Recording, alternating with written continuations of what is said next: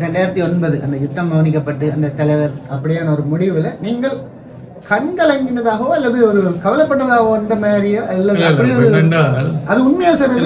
அதாவது பெண்ணென்றால் இப்படி செத்து போனானே என்று சொல்லி வழங்குதான் அதில் நான் இதில் பதிவில் நான் சொல்ல விரும்ப இல்லை.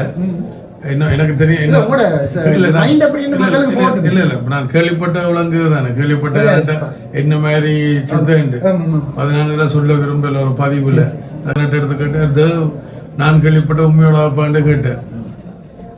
என்னண்டு கேட்க ஓமண்டு அவர் எனக்கு தூசணத்தால பேசாத கூற என்னது இப்படி எல்லாம் சைனட் 2 கொண்டுக்கு பதிலாக 2 கட்டி கொண்டு தெரிஞ்சவன் எங்களை எல்லாம் ஏமாத்தி போட்டான் ரெண்டெல்லாம் சொல்லி அவர் என்னோட சொல்லி விழுந்தவர். இந்த போராட்டத்தில் நிறைய பேர் சரியோ பிள்ளையோ அதில் இறந்தவர்.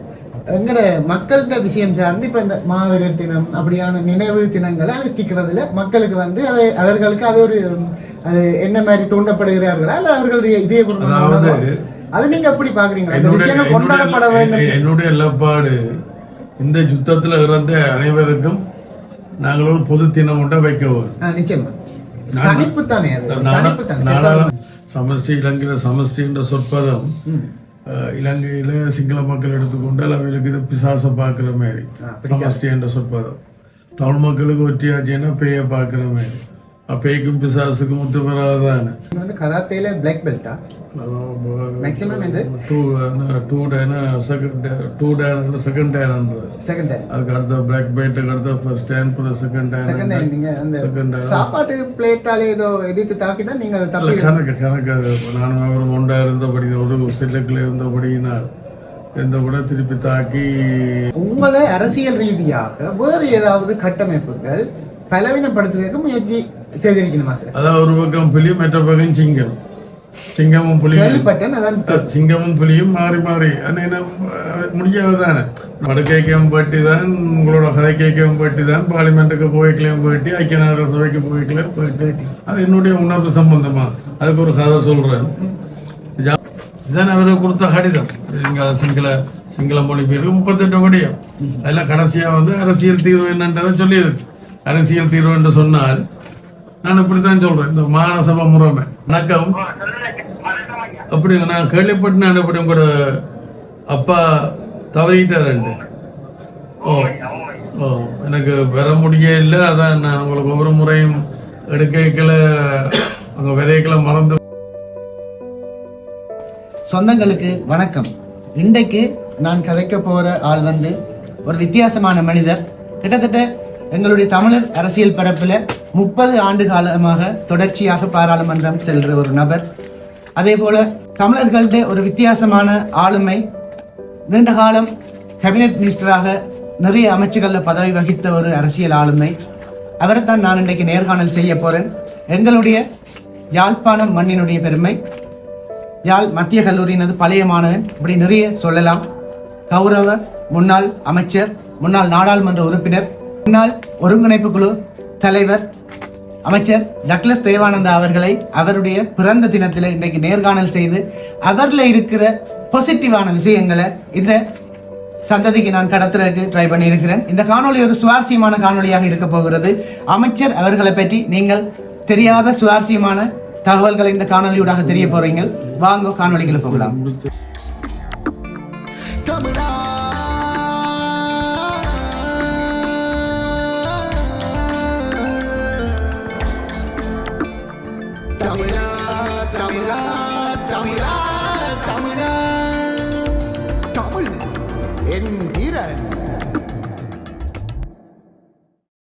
அந்த வகையில் முன்னை நாள் அமைச்சர் நாடாளுமன்ற உறுப்பினர் டக்ளஸ் தேவானந்தா அவர்களை காணொலி ஊடாக நேர்காணல் செய்வதில் பெருமை கொள்கிறேன். வணக்கம் சார். வணக்கம். அமைச்சர் டக்ளஸ் தேவானந்தா, எனக்கு தெரிஞ்சு 30 வருஷமா தொடர்ச்சியாக பாராளுமன்றம் போறீங்க. மக்கள் உங்களுக்கு ஜனநாயக ரீதியாக ஆணை கொடுத்திருக்கிறார்கள். எனக்கு தெரிந்து நிறைய ஆட்களுக்கு இந்த விஷயங்கள் தெரியும். ஆனால் உங்களோட சைல்ட்ஹுட் சின்னல நீங்கள் என்ன மாதிரி எங்கே பிறந்தது எங்கே படித்தது கொஞ்சம் கொஞ்சம் தெரிஞ்சாலும் அதுகளை பற்றி கொஞ்சம் ஆராயப்படுறேன். சார், எங்கள் யாழ்ப்பாணத்தின் எந்த பிரதேசத்தில் பிறந்த நீங்கள், உங்களோட இளமை காலம் எப்படி என்பதை பற்றி ஒரு சின்ன அறிமுகம் சார். நான் பொதுவாக அதுகளை பற்றி கதைக்க விரும்புறது இல்லை. சரி சார். என்னுடைய நான் ஒரு ஆயுத போராட்டத்துக்கு கூடத்தான் அரசியலுக்கு வந்தேன். சரி சார். அப்போ அந்த ஆயுத போராட்டம்ன்றது மக்களுக்கு ஒரு ஒளிமயமான ஒரு வாழ்க்கையை அமைச்சு கொடுக்குற நோக்கம். ஆனால் அது பிழைச்சி போச்சுது. அதால் இந்த எங்களுடைய இலக்கை மாற்றையில் கொள்கையை மாற்றி ஒரு மாற்று கொள்கை மாற்று வேலை திட்டத்தோட இலங்கை இந்திய ஒப்பந்தத்துக்கு பிறகு நாங்கள் அதில் முன்னோக்கி போய் கொண்டிருக்கிறோம். இப்போ மக்களுடைய நலன்களை முன்னிறுத்தி அதைத்தான் முழுமையாக மனதில் நிறுத்தி தான் என்னுடைய செயல்பாடுகள் போய் கொண்டிருக்கிறேன்.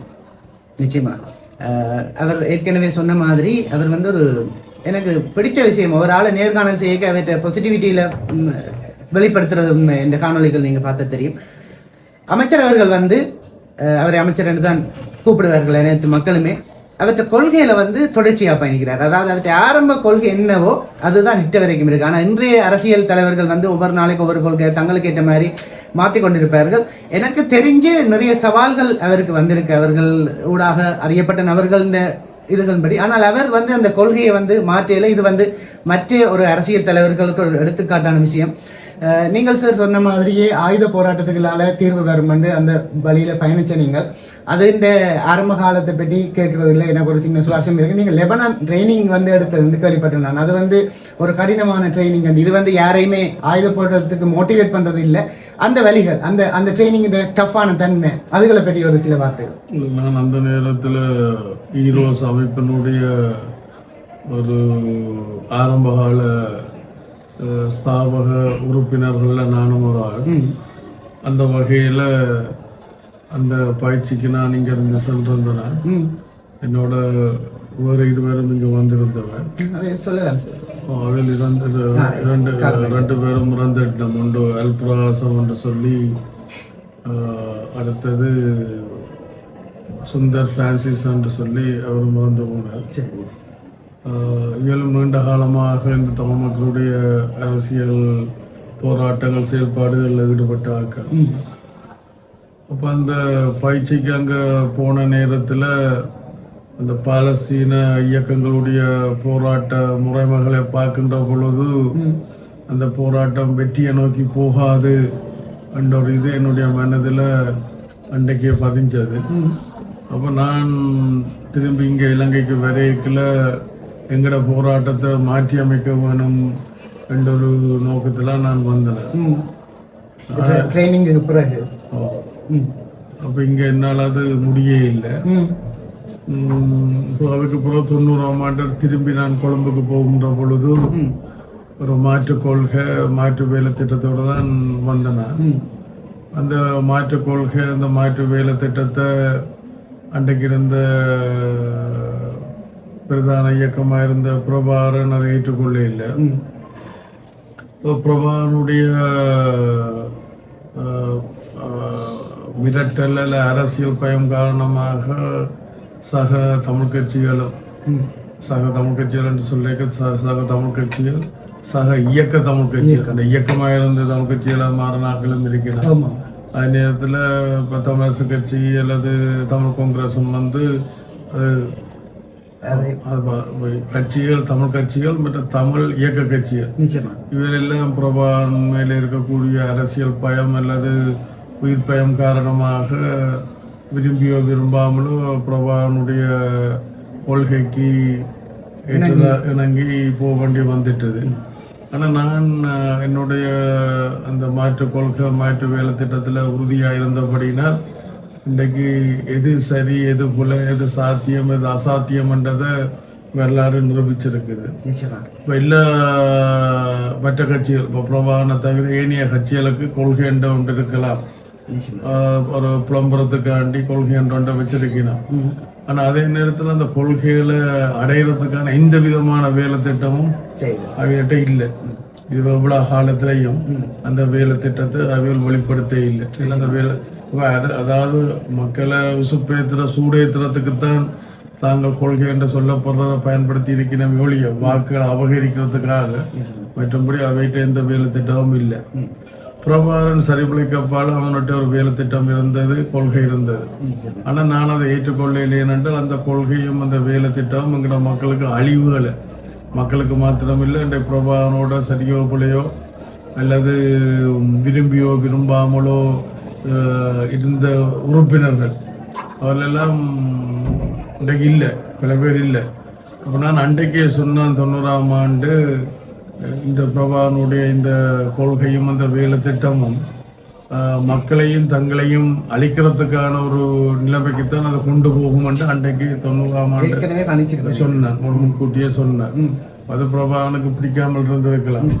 ஆனால் அதே நேரத்தில் பிரபாகரன் என்கிட்ட பலரை தூது விட்டு நாங்கள் சேர்ந்து செய்யலாம்னு சொல்லி, அடுத்தது ஒரு பக்கம் சேர்ந்து செய்கிறதுக்கு தூது விடுறது, இன்னொரு பக்கம் என்ன கொள்றதுக்கு ஆக்களை அனுப்புறது, இன்னொரு பக்கம் எனக்கு சேறு பூசினது. இதில் எல்லாத்தையும் கடந்துதான் அரசன் அண்ட இருப்பான், தெய்வம் என்று இருக்குமென்ற மாதிரி எல்லாம் நடந்து முடிஞ்சு. சரி, நடந்து முடிஞ்சா இருக்கட்டும், நடக்க போறது நல்லதா இருக்கட்டும் மட்டும்தான் நான் என்னுடைய பணிகளில் தொடர்றேன்.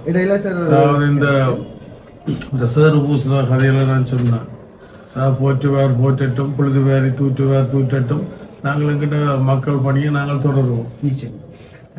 அந்த சேர்ந்து பயணிக்கிறதுக்கான அழைப்பு பத்தி சொன்னீங்க. அந்த காலத்துல என்ன கொள்கை ரீதியான வித்தியாசங்கள் இருந்ததால அந்த கொள்கை இல்லை, நடைமுறை சாத்திய பற்றி, அதாவது ஒரு கிட்டத்தட்ட ஒரு 5 பெரிய இயக்கங்கள் என்று சொல்லலாம். ஈரோ, சிபிஆர்எல்எஃப், புளோட்டெலோ, டைகர். இப்ப இருக்கிற 2K கிட்ஸுக்கு எல்லாம் தெரியாது சார். அதான் பெரிய இயக்கங்கள் என்ற வகையில இந்த 5 இயக்கங்களையும் சொல்லலாம். இதை விட சின்ன சின்ன பல இயக்கங்கள் இருந்தது. இப்போ கிட்டடியில் என்னோட இறந்தவர் கடைசி காலமா பனாகுட மாய்சன் என்று சொல்லப்படுறது, தம்பான்னு சொல்லப்படுறது, அவர் தமிழுகள மாமி என்ற ஒரு பேர்ல நடத்தினவர். அப்புறம் கடைசி காலகட்டத்தில் அதை அப்பயே கையை விட்டு அப்புறம் என்னோட தான் கடைசி காலகட்டத்தில் இங்கே வந்து என்னோட இருந்தவர். அப்புறம் கிட்டடியில் ஒரு நோய் காரணமாக இறந்துட்டார். அவர் மேலே ஒரு நல்ல ஒரு நான் அவரெல்லாம் இங்கே இருந்த பனாகுடையில் இருந்த நாங்கள் பனாகுடை இந்த பனாகுடை தடுப்பு முகாமில் இருந்த நாங்கள். அப்புறம் அதுக்கப்புறம் வெளிக்கடையில் இருந்த நாங்கள். வெளிக்கடையில் 52 பேர் கொல்லப்படையில நானும் அவரும் ஒரு அறைக்கில் இருந்து தான் திருப்பி தாக்கி அது கேள்விப்பட்டேன் நான். நீங்க வந்து கராத்தேல பிளாக் பெல்ட்டா? மேக்ஸிமம் எது? 2 செகண்ட் டேன். அதுக்கு அடுத்த பிளாக் பெல்ட்டுக்கு அடுத்த ஃபர்ஸ்ட் டேன், அப்புறம் செகண்ட் டேன். நீங்க அந்த சாப்பாட்டு பிளேட்டாலே ஏதோ எதிர்த்து தாக்கி தான் நீங்க அதை தப்பி கணக்கு நானும் அவரும் ஒன்றா இருந்தபடி ஒரு செல்லுக்குள்ள இருந்தபடினார் எந்த கூட திருப்பி தாக்கி நாங்கள் 57 பேர் வந்து 52 பேர் முதல் நாள் இறந்தவர். அதுல நீங்களும் அந்த செல்லுக்கு இருக்கு 2 பேருமே அடிபட்ட. நீங்க எதிர்த்து 2 பேரும் அவைகளுக்கு எதிராக அடிபட்ட. அவைகளுக்கு எதிராக அடிபட்ட செய்யுங்க. அந்த இடையில சும்மா கேட்டேன். இப்ப நிறைய ஆட்களுக்கு தெரியாது சார் என்ன இந்த ஆரம்பங்கள் என்ன இந்த விலகல்கள் வந்தது. 83ஆம் ஆண்டு சொல்லைக்குள்ள 83ஆம் ஆண்டு சிறையில சிங்கள காடியர்களால் தாக்கப்பட்டன. அது மாதிரி 98ஆம் ஏதாவது காயம் ஒரு கண் தான் அந்த காயம் பார்க்குற மாதிரி இப்படி பார்க்குற ஒரு கண் இல்லை. அது அப்போ இல்லை, பிறகு அதாவது 83ஆம் ஆண்டு சிறையில் சிங்கள காடியர்களால் தாக்கப்பட்டது. அப்புறம் 98ஆம் ஆண்டு கழுத்துற சிறைக்கு அங்கே இருக்கிற கைதிகளுடைய தமிழ் கைதிகளுடைய கோரிக்கைக்கு அமைவாக நான் அங்கே போனேன். அங்கே பிறகு சிங்கள காடியர்கள் தமிழ் அங்கே 83ஆம் ஆண்டு சிங்கள காடியர்களால் 98ஆம் ஆண்டு தமிழ் காடியர்களால் தாக்கப்பட்டது. அதாவது பிளான் பண்ணி கூப்பிட்டு வச்சு இப்போ நான் போனது அப்போ இந்த குமார் பொன்னம்பலம் இருக்கிற குமாரண்ணி என்று சொல்லி இந்த அவருடைய தாப்பன் இருந்தவர். அப்ப அவர் கஜேந்திரன் தாயாக்கு என்ன வருத்தம் பார்க்க வந்தவர். அவர் வந்து சொன்னார், தம்பி என்ன வேலை செய்ய விசர் வேலை செய்திருக்கிறீர்கள், அவங்கள பற்றி உமக்கு தெரியாதா? நாங்களேன் போயில்லை, தாங்களேன் போயில்லை போறோன்ட்டு ஒரு அன்பாக கிடைச்சு கொண்டவர். அவங்க வழக்கு பேச சொல்லி கேட்ட இடத்துல நான் சொல்லி போட்டேன், இல்லை இந்த நண்பருக்கு எதிராக முடியல, உங்களை பார்க்க வந்த இடத்துல உங்களோட கோரிக்கைக்கு நாங்கள் பார்க்க வந்த இடத்துல இப்படி செய்து போட்டியால் ஆனால் கூட நான் உங்களுக்கு வழக்கு பேச மாட்டேன் என்று சொல்லி நான் சொன்னதாக எனக்கு சொன்னவர் அந்த நேரத்தில் கஜேந்திரன் பக்கத்துல இருந்து கஜேந்திரன் இப்போ அரசியல் இருந்திருக்க முடியாது. கஜேந்திரன் தாயார் இல்லாமல் இருந்தது. மக்களுக்கு சாத்தியமான தீர்வுகளை நோக்கி பயணிக்க உங்களுக்கு வந்து நிறைய அமைச்சு பதவிகள் கிடைத்து அதற்குள்ள நிறைய வேலை திட்டங்கள் செய்தீங்கன்னு அறிஞ்சினான். அதுல குறிப்பிட்டு சொல்லக்கூடிய நீங்கள் பதவி அமைச்சுக்களை சொல்லுங்க. நான் இப்ப மாற்று கொள்கையை தான், அதாவது நான் சொன்னேன் தானே 78ஆம் ஆண்டு பாலஸ்தீன விடுதலை இயக்கத்துக்கு பயிற்சிக்கு போய்க்கல அந்த போராட்ட முறைமையை பார்த்துட்டு நாங்க போராட்ட முறையை மாத்திரம் இல்லை, அங்க பல்வேறு இயக்கங்களை சேர்ந்த வெவ்வேறு நாட்டு எல்லாம் வந்து பயிற்சிகளுக்கு அதுக்கு எல்லாம் வந்திருந்தோம். பெரிய தலைவர்களையும் பார்த்துருக்கீங்க அந்த நேரம் பார்த்துருக்கீங்க. அப்போ அந்த அனுபவங்கள்ல இருந்தோண்டு நான் அங்கிற போராட்டத்தை மாற்றி அமைக்கணும்னு வந்தால் முடியே இல்லை.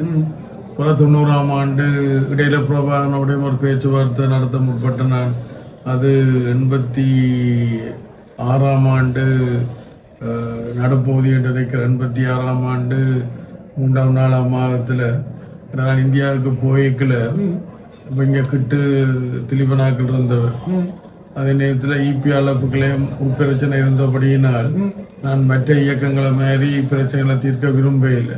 ஏன்னா அதுலேருந்தெல்லாம் வேறுபட்ட ஒரு ஆள், அதாவது மற்ற இயக்கங்களை என்ன கொலைகளுக்கு ஊடாக வன்முறைக்கு ஊடாகத்தான் தங்களுடைய உள்ளியக்க பிரச்சனைகளையும் இயக்கங்களுக்கு இடையில் ஏற்பட்ட பிரச்சனைகளையும் தீர்த்து கொண்டது. அதால் இந்த போராட்டம் திசை திரும்பி பலவீனப்பட்டு திசை திரும்பி அந்த நேரத்தில் அந்த இலங்கை இந்திய ஒப்பந்தம் ஏற்பட்டது. அப்போ இங்கே கிட்ட திலீபனாக்கள் சொல்லிச்சுன்னா தங்களுடைய இலக்கு தமிழ்களம் தான், தனிநாடு தான். தங்களோட தலைவர் பிரபாகரன் பேச்சுவார்த்தைக்கு போனால் இல்லை போராட்டத்தை கையை விட்டால் தாங்கள் அங்கே பிரபா நீங்கள் வரவிட மாட்டோம் இல்லை இயக்கத்தை கிளைப்போம் என்கிட்ட சொன்னவர். உடனே நீங்கள் பிரபாகரனோட கதைச்சு ஒரு பொது இணக்கப்பாட்டுக்கு வந்து நாங்கள்லாம் சேர்ந்து செய்யலாமா. அப்போ இயக்க தலைமையிலாம் அங்கே இருந்தபடினா தான் நான் இந்தியாவுக்கு போக வேண்டி வந்தது. கொண்டு இபிஆர்எஃப்களை உள்ளுக்கு இருந்த பிரச்சனைகளை தீர்க்கிறதுக்கு நான் இங்கேருந்தே தீர்த்துருக்கலாம். இது அங்கே போகணுமெண்டா இல்லை, மற்ற இயக்கங்கள் இந்த மாதிரி தங்களோட உள்ள இயக்க பிரச்சனைகளை தீர்த்துச்சனமோ அது மாதிரி நான் இங்கேருந்து அதை தீர்த்திருக்கலாம். எனக்கு அது விருப்பம் இல்லை. நான் ஒரு முன்மாதிரியாக ஒரு சரியான திசையில் போக வேணுமென்றதான் என்னுடைய நோக்கமாக இருந்தது. அப்போ அந்த வகையில் நான் இந்தியாவுக்கு போனது அங்கே தலைமையில் இருந்தபடியால் அவையோடையும் கதைச்சு பிரச்சனை தீர்க்க ஒரு வேலை திட்டத்தை போடுறது. அதே நேரத்தில் சக இயக்கங்களோட தலைமையிலும் அங்கான் இருந்தது. இப்போ அவையோடையும் கதைச்சு அப்போ அதில் பிரபாகரனோட கதைக்கிறதுக்கு எடுக்கப்பட்ட முயற்சி நேரம் பொருத்தியாச்சுது. அப்போ கடைசி நேரத்தில் நாபாத்தோழர் நாங்கள் இயக்கத்துக்கு தலைவராக இருந்தவர். நாங்கள் எல்லாம் சமகாலத்தாக்களாக இருந்தாலும் சமகாலத்துமா இருந்தாலும் நாங்கள் அவரை எனக்கு வயதுக்கு மூத்தவர் என்ற வகையில் நாங்கள் அவரை ஏற்றுக்கொண்டது இபிஎல்எஃபோட தலைமை பொறுப்பில் இருக்கிறதுக்கு. அப்போ கடைசி நேரத்தில் நாபாத்தோழர் சொல்லி போட்டு தான் விரையில் எங்களை போக சொல்லி அப்போ நான் சுரேஷ் பிரேமச்சந்திரன் மற்ற வரதாய பெருமாள் இவ்வளோ பேரும் போனது. மற்றது கிருபான்னு சொல்லி அவர் காரதீவை சேர்ந்தவர் அம்பாறை மாவட்டத்தை. அப்புறம் கடைசியாக இந்த சாயக்கில் வடகிழக்கு மாகாணத்தினுடைய நிதி பொறுப்பு அமைச்சராக இருந்தவர் மாநசபை. அவரை கூட்ட குறிப்பு எழுதுறது கொண்டு போனோம். அப்படிதான் ஒரு பெரிய மேசை. வங்காள இங்கால தலைவர் வராதபடி அங்கால பிரபான் வர போறது இல்லை. பாலசிங்கம் ஜோகி அண்ணத்திலகர் இங்கால நாங்கள். அப்போ பேச்சுவார்த்தை தொடங்கினால் அவர்கள் வந்தறிய இவியல் அடிக்கிறது, இவியல் வந்தறிய அவியல் அடிக்கிறது தத்துவ வித்தனம். நான் இடையில எழும்பி சொன்னேன், நீங்கள் இங்கே 2 தரப்பும் மூக்கு முட்டை விளங்கி போட்டு புதிய குத்திவியல் அடிபட்டு சாகிறது சாதாரண மக்களுடைய பிள்ளைகளும் மற்ற மக்களும் தான் பாதிக்கப்பட போகிறது என்று நான் எழும்பியதோடு இப்போ பேச்சுவார்த்தை அதோடு முடிஞ்சது. பிறகு நான் அந்த சூளமேட்டு பிரச்சனையில் சிறைக்கு போக வேண்டி வந்தது. அப்போ பிரபான் சங்கரன் ஒரு ஆளை அனுப்பியிருந்தவன் என்னோட கதைச்சு தான் சேர்ந்து வேலை செய்கிறதுக்காண்டி சங்கரன் ஒரு பிறவிலுடைய அந்த குருவிப்படை என்று சொன்னாங்க. அதான் குருவிப்படை. அப்போ அதுக்கு பொறுப்பாக இருந்த சங்கரன் இப்போ 2-3 மணி நேரம் ஜெயிலில் பார்த்து கதைச்சது. சேர்ந்து வேலை செய்யறதுக்கு இல்லை முதல் அவன்கிட்ட சொல்லுங்க, பிரபாகரன்கிட்ட சொல்லுங்க, முதல் சகோதர படை கொலையில் நிறுத்த சொல்லி அப்புறம் ஒரு குரலில் அவன் பேசுறதுக்கு தயாராண்டா நான் அதை பற்றி இதுக்கு சிந்திக்கலாம்னு சொன்னேன். சொல்ல விளங்குது. பிறகு நான் திருப்பி இங்கே இலங்கைக்கு வந்துட்டேன். இது அதாவது இப்போ அந்த புலி பசிச்சாலும் புல்லு தின்னாண்டு சொல்றது தானே. அவைகளுடைய அந்த வன்முறையிலேருந்து அவைகளால் பிரபாகனால விடுபட்டு வர சாத்தியம் இல்லையன்றது தான். அதில் அதுக்கு அதை விட்டவரால் வர முடியாதுன்றது தான் நான் விட்டு. அப்புறம் அதுக்கப்புறம் இங்கே வந்த அப்புறம் அந்த பிபிசி ஆனந்தி, பிபிசியில் ஆனந்தி என்ற ஒரு இதாக இருந்தவ என்னண்டு மற்றது இங்கே இந்த சிதம்பரநாதன் தெருக்கூத்தெல்லாம் நடத்தி கொண்டு தெரிவினோம். உங்களுக்கு தெரியும், ஒரு பல்லாக்குளத்தில் இருந்தது. அவருடைய மனசு பத்மினி அண்டு நாடாளுமன்ற அவையில் எல்லாம் எனக்கு ஃபோன் பண்ணி என்னோட கதைப்பினோம். 2 பேரும் நீங்கள் எல்லாரும் ஒரு வட்டத்தில் இருக்கிறார்களே நான் சொல்லினோம், நீங்கள் 2 பேரும் சேர்ந்தா நான் பிரபாகரனும் சேர்ந்தா கிண விஷயங்களை செய்யலாம் கொள்ளலாம். அப்போ நான் அவையிட்ட திருப்பி சொல்றது வந்து திருப்பி சொல்றது சகோதர படுகொலையில கையை நிறுத்த சொல்லி அதுக்கப்புறம் நாங்கள் பேசலாம். அப்போ என்ன ஷர்ட் எடுத்துட்டோம். அப்போ என்னென்று சொன்னால் அந்த இந்த மாதிரி சொன்னது இந்த மாதிரி நிறுத்த சொல்லி டைரி இருந்தான்.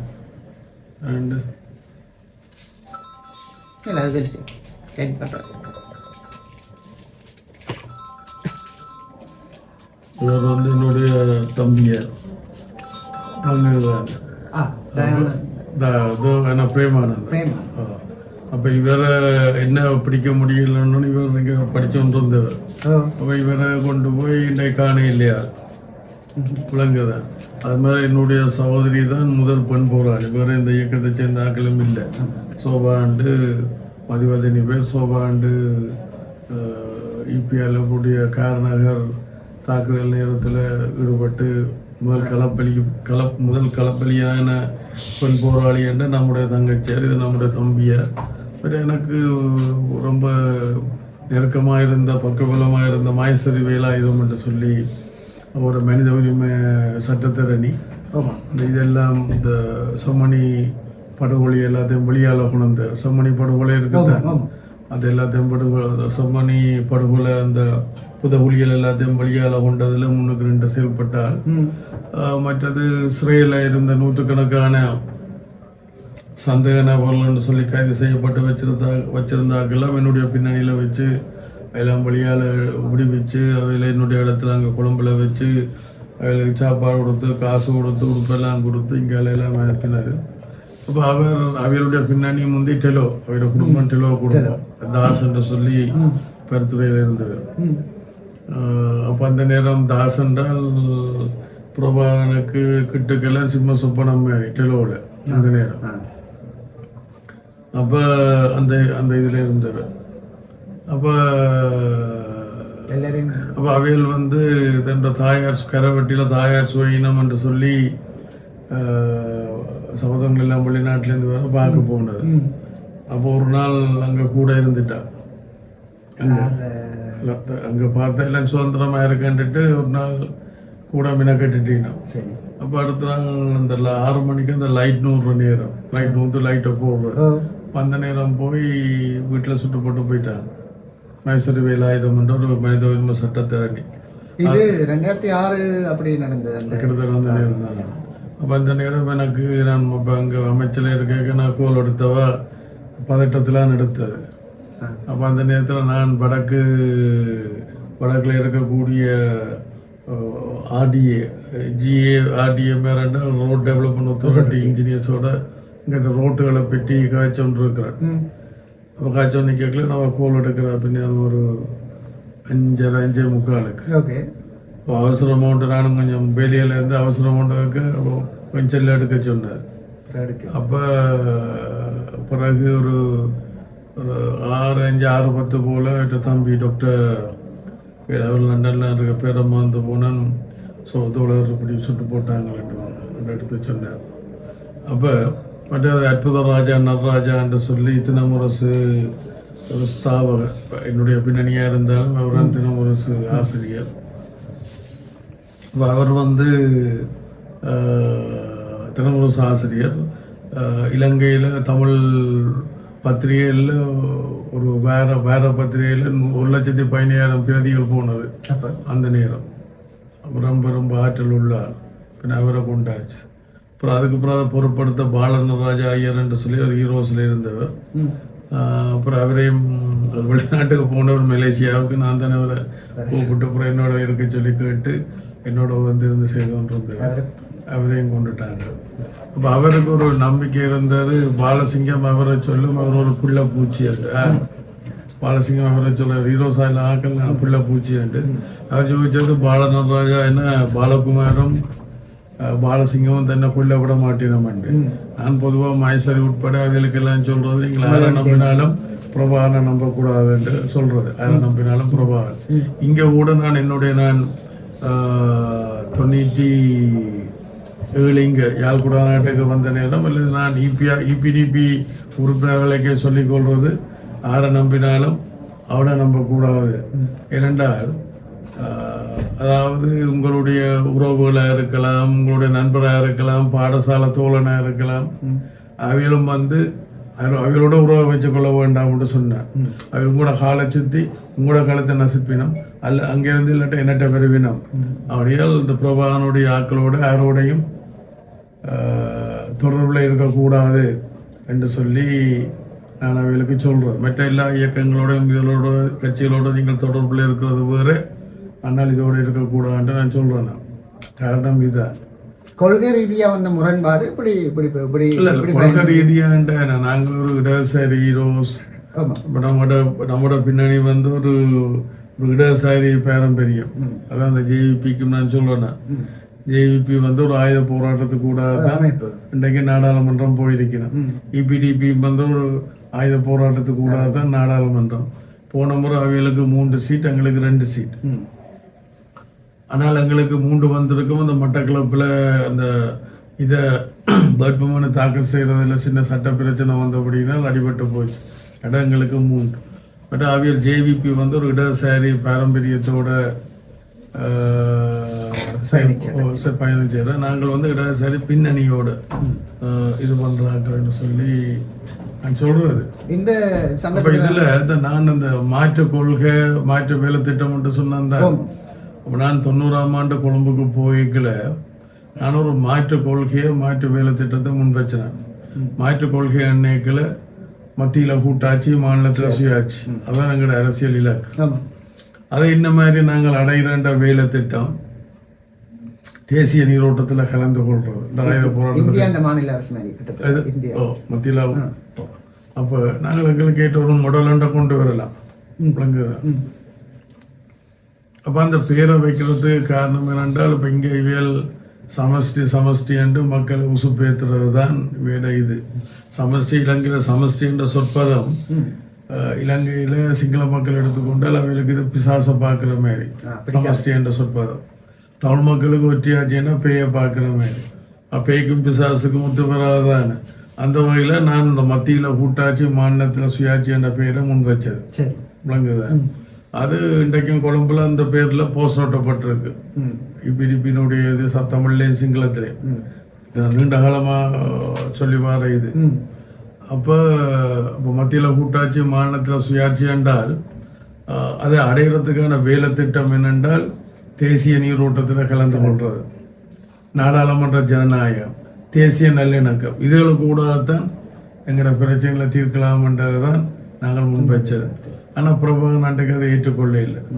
அதால் பிரபாகரனோட இருந்த ஆக்கள் அந்த மற்ற கட்சிகள் இருக்குத்தானே, அரசியல் பயம், மற்றது உயிர் அச்சுறுத்தல், இதன் காரணமாக விரும்பியோ விரும்பாமலோ பிரபாகரனோட பயணித்து கொண்டிருந்தவர். ஆனால் நான் அதுக்கு மாறான ஒரு கருத்தோடு மாறான ஒரு செயல்பாடோடு தான் நான் செயல்பட்டு கொண்டு வந்தேன்.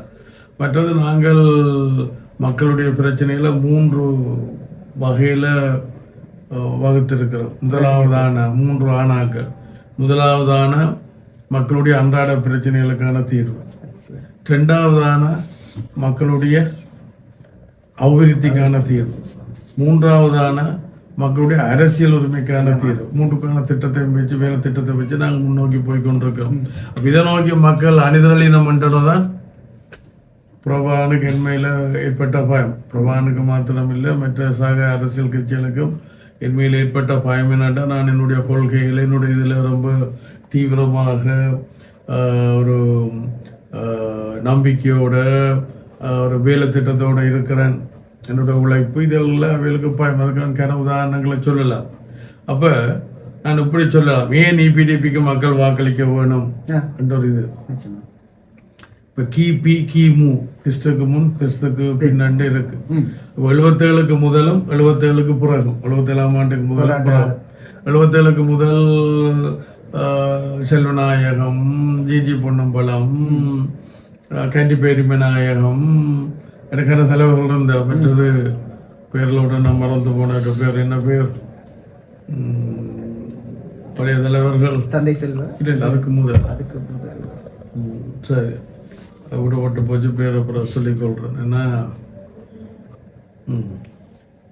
அப்போ கிபி கிறிஸ்துக்கு பின்னன்றது போல் 77ஆம் ஆண்டு எடுத்துக்கொண்டால் எங்களோட தேசிய தலைவர் அப்பாப்புள்ள அமுதலிங்கம், அப்பாப்புள்ள அமுதலிங்கம். அப்போ அவையல்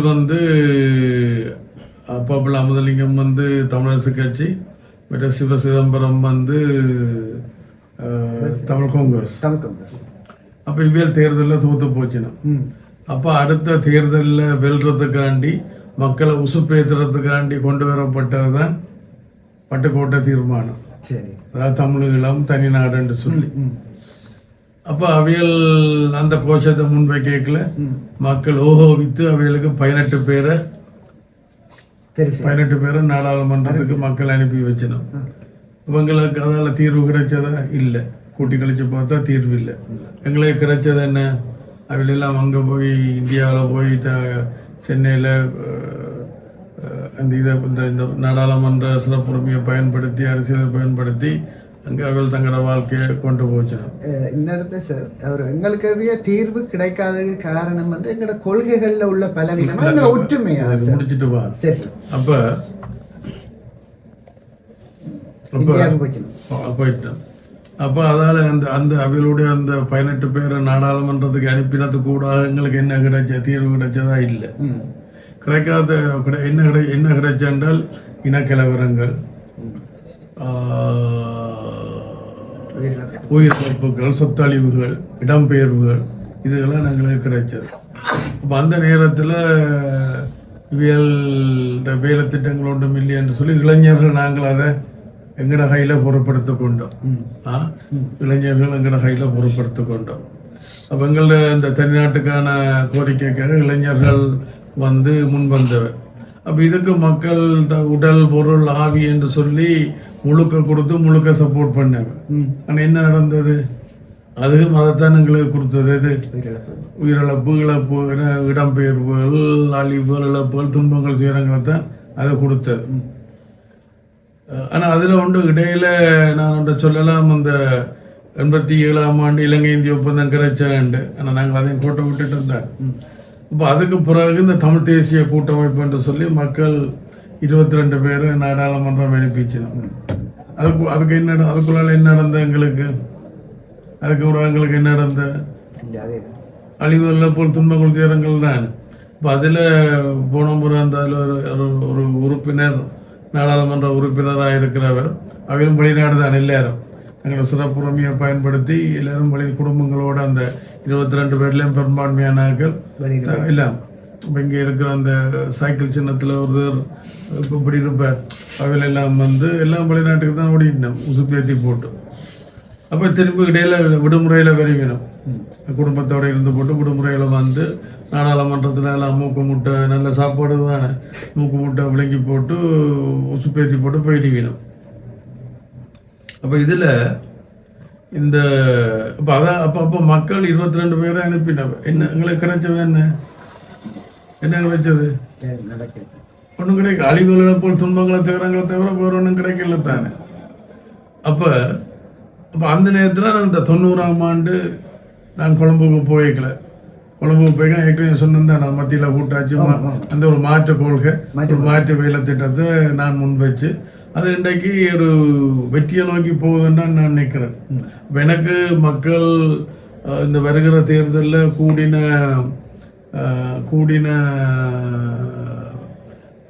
வாக்குகளையும் கூடின ஆசனங்களையும் கொடுத்தால் நான் 10-15 எல்லாம் எதிர்பார்க்கல. எனக்கு 4-5 ஆசனங்கள் கிடைச்சால் போதும். தருவீனமாக இருந்தால் என்ன வேலை திட்டம் சுண்டி அதான் வேலை திட்டத்தை முன் வச்சிருக்கிறேன். கொள்கையும் வேலை திட்டத்தை முன் வச்சிருக்கிறேன். நீங்களும் ஒரு கேள்வி ஒன்ற கேட்டியல் ஐக்கியமின்மைய காரணமா அல்ல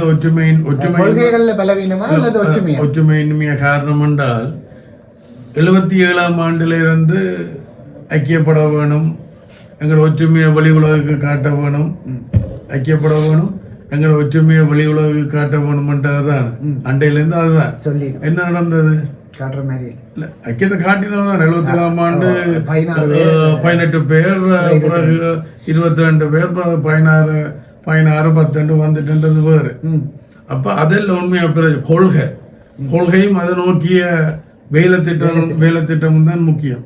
அப்ப இந்த எங்கட போராட்டம், நாங்கள் வெளிக்கிட்ட போராட்டம், நான் சொன்ன 77க்கு பிறகு இப்போ நாங்கள் அந்த 77 சரிவரை இல்லைன்றோன்னா 80 ஆரம்பங்களில் நாங்கள் இளைஞர்கள் எங்கட கையில் எடுத்துக்கொண்டு நாங்கள் போய்கொண்டிருக்கலாம். இயக்கங்களுக்கு இடையிலேயும் இயக்கங்களுக்கு உள்ளுக்கும் ஏற்பட்ட பிரச்சனைகளை தீர்த்து கொண்ட முறைமை, வன்முறை, கொலை இதுகளால் தீர்த்து கொண்டதால எங்கட போராட்டம் பலவீனப்பட்டு திசை திரும்பினதால தான் அந்த நேரத்தில் இலங்கை இந்திய ஒப்பந்தம் ஏற்பட்டது. அது ஒரு பொன்னான வாய்ப்பு. அதை அன்றைக்கு நாங்கள் பின்பற்றி இருந்தால், ஏற்றுக்கொண்டிருந்தால் இன்றைக்கு நாங்கள் நடைமுறையிலேயே சுயநிர்ணய உரிமையை எடுத்திருக்கலாம். அப்ப கிட்டன் திலீபனாக்களோட நான் கலந்துரையாடல் உண்டு. 85 கடைசி பகுதி என்று நினைக்கிறேன். அப்ப அந்த நேரம் இங்க ஒரு வதந்தி என்றால் இந்திய படம் வரப்போகுது, என்ன மாதிரி பங்களாதேஷுக்குலாம் ஐபிகேஃப் இல்லை, பங்களாதேஷுக்கெல்லாம் முக்தி பாயினி என்ற பெயர்ல போய் பங்களாதேஷ விடுவிச்ச மாதிரி இங்க டெலிவோண்ட் அமைப்பு கூட இங்க வந்து இங்க எங்களுக்கு விடுவிச்சு தரப்போகுது என்ற வதந்தி. அப்ப நாங்கள் கூடி கதைக்கிறோம் நம்மளோட ஆபீஸ்ல. ஈரோஸ் இபிஆர்ல நான் மற்றது புரியல கிட்டன் திலீபன் நம்மளோட ஆபீஸ்ல அத்தியடியில நம்மளோட ஆபீஸ்ல மீட்டிங். அப்ப இந்திய படம் வரப்போது என்ன செய்ய போறோம், அப்ப கிட்டன் சொன்னா அடிக்க வேணும்னா. அப்ப நான் சொன்னேன், ஒரு பேரலைய எதிர்த்தால் பேரலை அது கரையில் ஒன்று தூக்கி வீசும். அப்ப கடல் குளிப்புக்குள்ள போற ஒரு இந்த மாதிரி கடல் குளிப்பு இந்த அலைக்குள்ள போறது என்ற ஒரு இது இருக்கு. அந்த முறையை பயன்படுத்த வேணும். அதாவது நாங்கள் எல்லாரும் ஐக்கியப்பட்டு ஒரு பொது வேலை திட்டத்துக்கு கூடாக அரசியல் ரீதியா இந்திய படைய எல்லையோரங்களுக்கு தள்ளும். அரசியல் ரீதியா வடகிழக்கினுடைய எல்லையோரங்களுக்கு தள்ளின பிறகு நீங்கள் உங்களோட கொள்கையை மக்கள்கிட்ட வைங்க, நாங்கள் எங்களோட கொள்கையை மக்கள்கிட்ட வைக்கலாம். மக்கள் யாரும் தெரிவு செய்யணுமோ அவியல் ஆகட்டும். இப்போ கிட்ட சொன்னா இல்லை உங்களுக்கு இந்திய படையை பற்றி தெரியாது, தாங்கள் அங்கே பயிற்சி எடுத்தது அது டிசிப்ளினான ஃபோர்ஸ் என்று சொன்னேன். அப்போ நான் சொன்னேன், எந்த படையும் அமெரிக்க படையோ சீன படையோ ரஷ்ய படையோ சாதாரண நேரத்தில் நாங்கள் கறிகளினுடைய எல்லாம் விளையாடலாம். சுத்தம் பண்ணி வந்துட்டா அது எந்த மாற்றம் இருக்கும், அதுக்கு ஒரு விதிவிலக்கு இருக்க முடியாது நான் அவைகளுக்கு சொன்னேன்.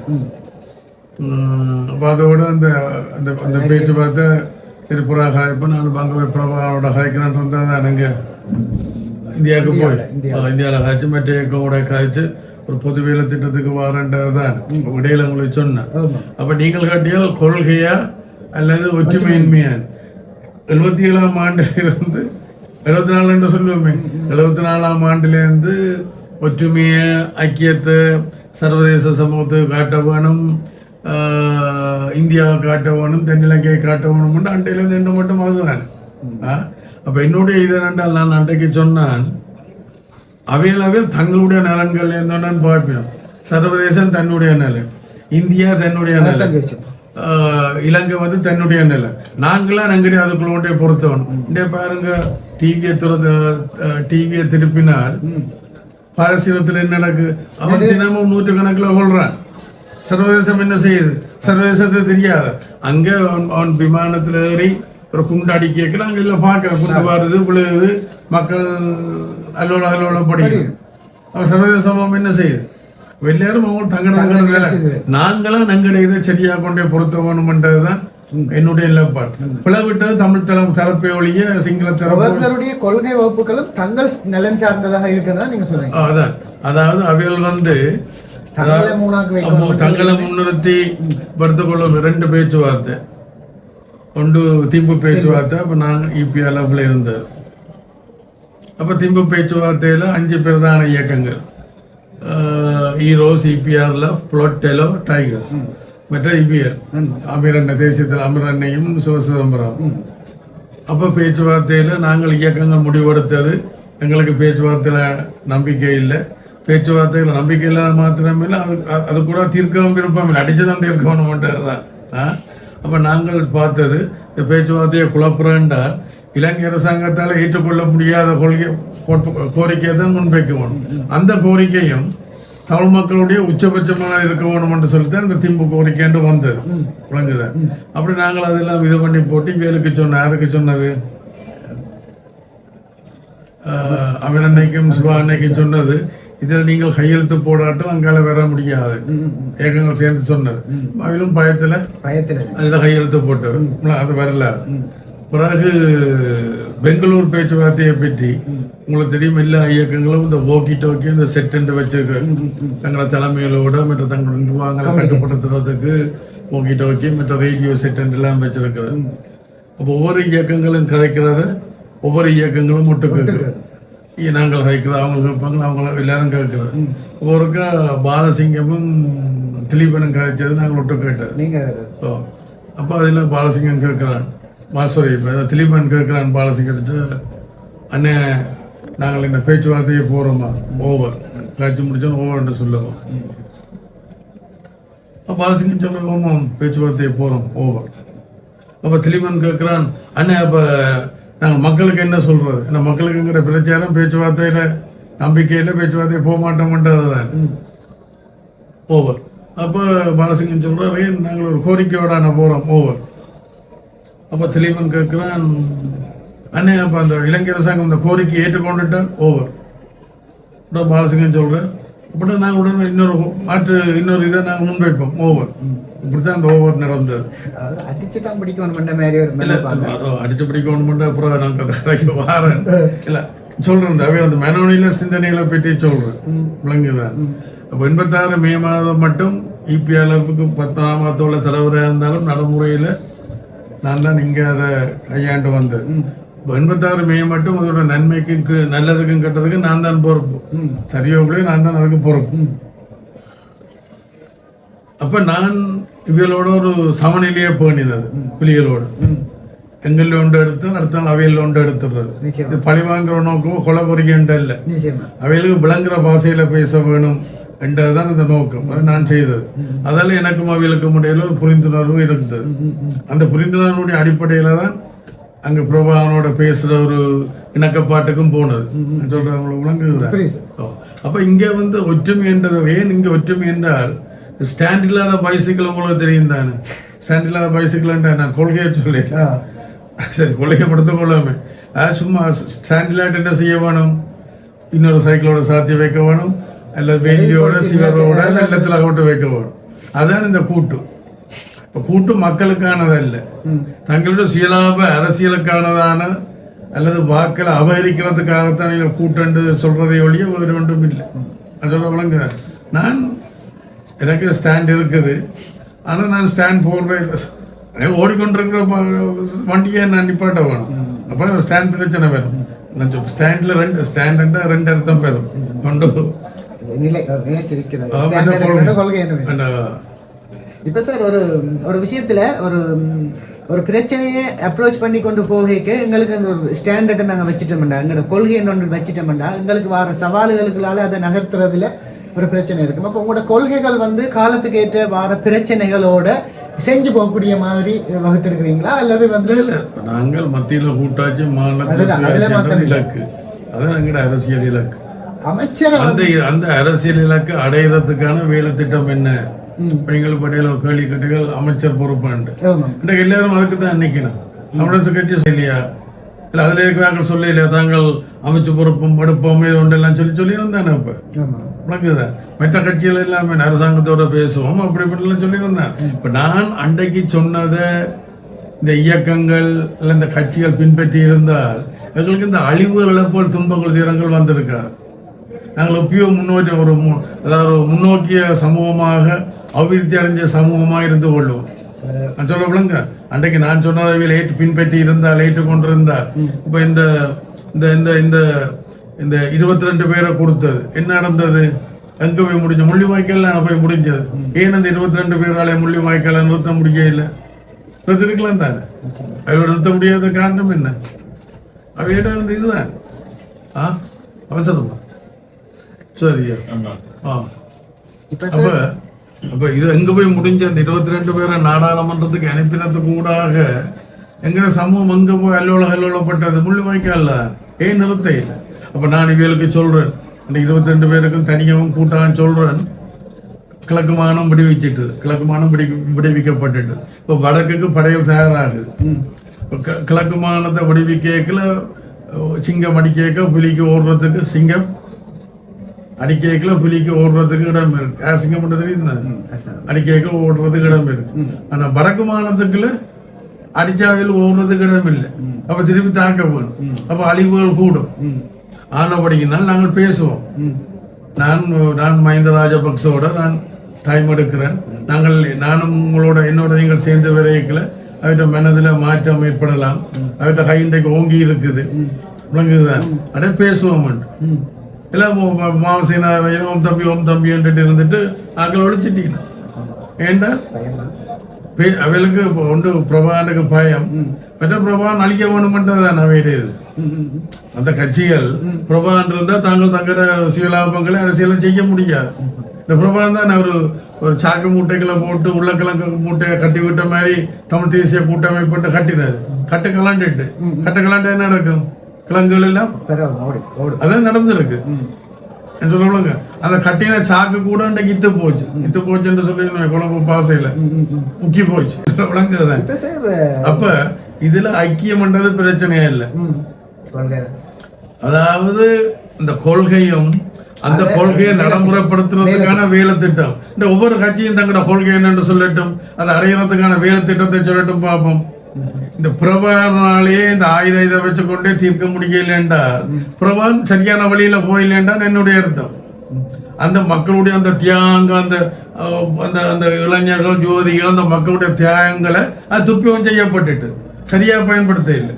அதான் நான் சொல்லவா சொல்றவங்களுக்கு விளங்கு சரியா பயன்படுத்தி இருந்தா இன்னைக்கு நாங்கள் எங்கேயோ இருந்திருக்கலாம். இப்ப நிறைய அரசியல் பரப்புல நிறைய போராட்ட அமைப்புகள் தொடங்கினு சொன்னீங்க சார். ஆரம்ப காலத்துல நாங்கள் இப்ப இப்படி நேரடியா இதுக்கு பதில் கூறலாம் சார், கூறலாம். நாங்க இப்படித்தான் இருக்க வேணும் என்று யாராவது தீர்மானிக்கிறார்களா? நாங்கள் எல்லாரும் இப்படி உடைஞ்சுதான் இருக்க வேணும் என்று யாராவது விரும்புகிறார்களா? அப்பதான் அவர்களுடைய நலன் சார்ந்து ஆரம்பத்துல வலிக்கிறதுக்குள்ள எல்லாரும் உதாரணத்துக்கு ஆரம்பத்துல வலிக்கிறதுக்குள்ள எல்லாரும் ஒரு இதை நோக்கி தான் படிக்கிட்டது. உதாரணத்துக்கு இந்தியாவில் நாங்கள் பயிற்சியில் எல்லாரும் கொடுத்தது, இந்தியாவில் பின்தளத்தை அமைச்சு கொடுத்தது. அப்ப புலிக்கு வந்தவன் படகு இல்லைன்றவன் இபிஎல்ல படகுல ஏறி வந்திருக்கிறான். அதில் இபிஎல்ல வந்தவன் படகு இல்லைன்றவன் டெலோட படகுல ஏறி வந்திருக்கிறான். அவையில் நோக்கமுங்கிற இளைஞர்களுக்கு அந்த நேரத்துல எங்கிற காலகட்டத்துல பயிற்சி எடுக்க வேணும், திருப்பி தாக்க வேணும். விளங்குதுதானே? பல்லுக்கு பல்லு நிகமன்றதுதான் திருப்பி. அப்ப அங்க கொள்கைன்றது அங்க பெருசா இடம் பெறையில. புலிக்கு வந்தவன் இபியால படகுல ஏறிக்கிறான், இபியாலுக்கு வந்தவன் புலியில பட என்ன பயிற்சி எடுக்க வேணும். ஆயுத பயிற்சி எடுத்து திருப்பி வந்தீங்க போராட வேணும்ன்றதுதான். அப்ப இந்த மக்களுடைய அந்த உணர்வுகளை நாங்கள்லாம் தலைமையில இருக்கக்கூடிய பிள்ளை. நான் இங்க 86ஆம் ஆண்டு மே மாதம் மட்டும் இபிஆல போறோம். அப்ப இயக்கம் கிடைக்கல பிரச்சனை வந்தா நான் தான் முன்னுக்கு போய் அதை செட்டில் பண்றது, பேசி தீர்க்கிறது, அதை நான் செய்தது. இப்ப எனக்கு நாங்கள் முந்தைய ஆயுதம் தூக்கினது ஆயுத பலத்து கூட செய்யலாம். அது 87ஓட பிழைச்சு போச்சு. 87 பிறகு நடவடிக்கை. அப்ப நான் இன்றைக்கு நாடாளுமன்றம் என்று சொல்றேன். நான் 90ஆம் ஆண்டு இதை முன்வைக்கல பிரபானதை எதிர்த்தது. அது நாடாளுமன்ற ஜனநாயகத்துக்குள்ளால் ஒன்றும் செய்ய முடியாது. நாடாளுமன்றத்துக்குள்ள போனால் துரோகிகளாக கருதப்பட்டு கொல்லப்படிவினம் பண்ணிச்சுதான். நான் இல்லை, நான் எனக்கு பிரபாகரன் சொல்றது, நான் அதை சடை செய்யல. 94ஆம் ஆண்டு இது பண்ணினார். அப்புறம் 2004ஆம் ஆண்டு பிரபான் 22 பேரை கள்ளவாக்கெல்லாம் போட்டு அனுப்பியிருக்கு. அப்ப நான் சொன்ன முதலே கேட்டிருக்கலாம் தான், நாடாளுமன்ற வழிமுறை சரியில்லை என்று சொன்னால் பிரெயின் இது 10 வருஷத்துக்கு பிறகு 22 பேரை அனுப்ப வேணும். அதில் சில எம்பி பேர் சொல்லி இருக்கிறேன், எம்பியா இருக்கிற தானே இத்தனை கல்ல போட்டு வெளிப்படையாக சொல்லி இருக்கிறேன். இல்லை சொல்றேன், அவர் மாத்திரமே இல்லை, அவர் ஏதோ ஒரு இதை சொல்லி போட்டார். அப்படித்தான் நடந்தாங்க. அவர் மாத்திரம் இல்லை. அதில் என்ன பாதிச்சுன்னா, என்ன நாடாளுமன்றம் அனுப்பக்கூடாது, என்ன தடுக்க வேணும், 2வது என்ன கொல்ல வேணும், 3 மேல சேறு பூச வேணும். அது அவங்களால முடியல. அவ்வளவு செய்து பார்த்தார். பாம்பின் கால் பாம்பனியும் தானே விளங்குதான்.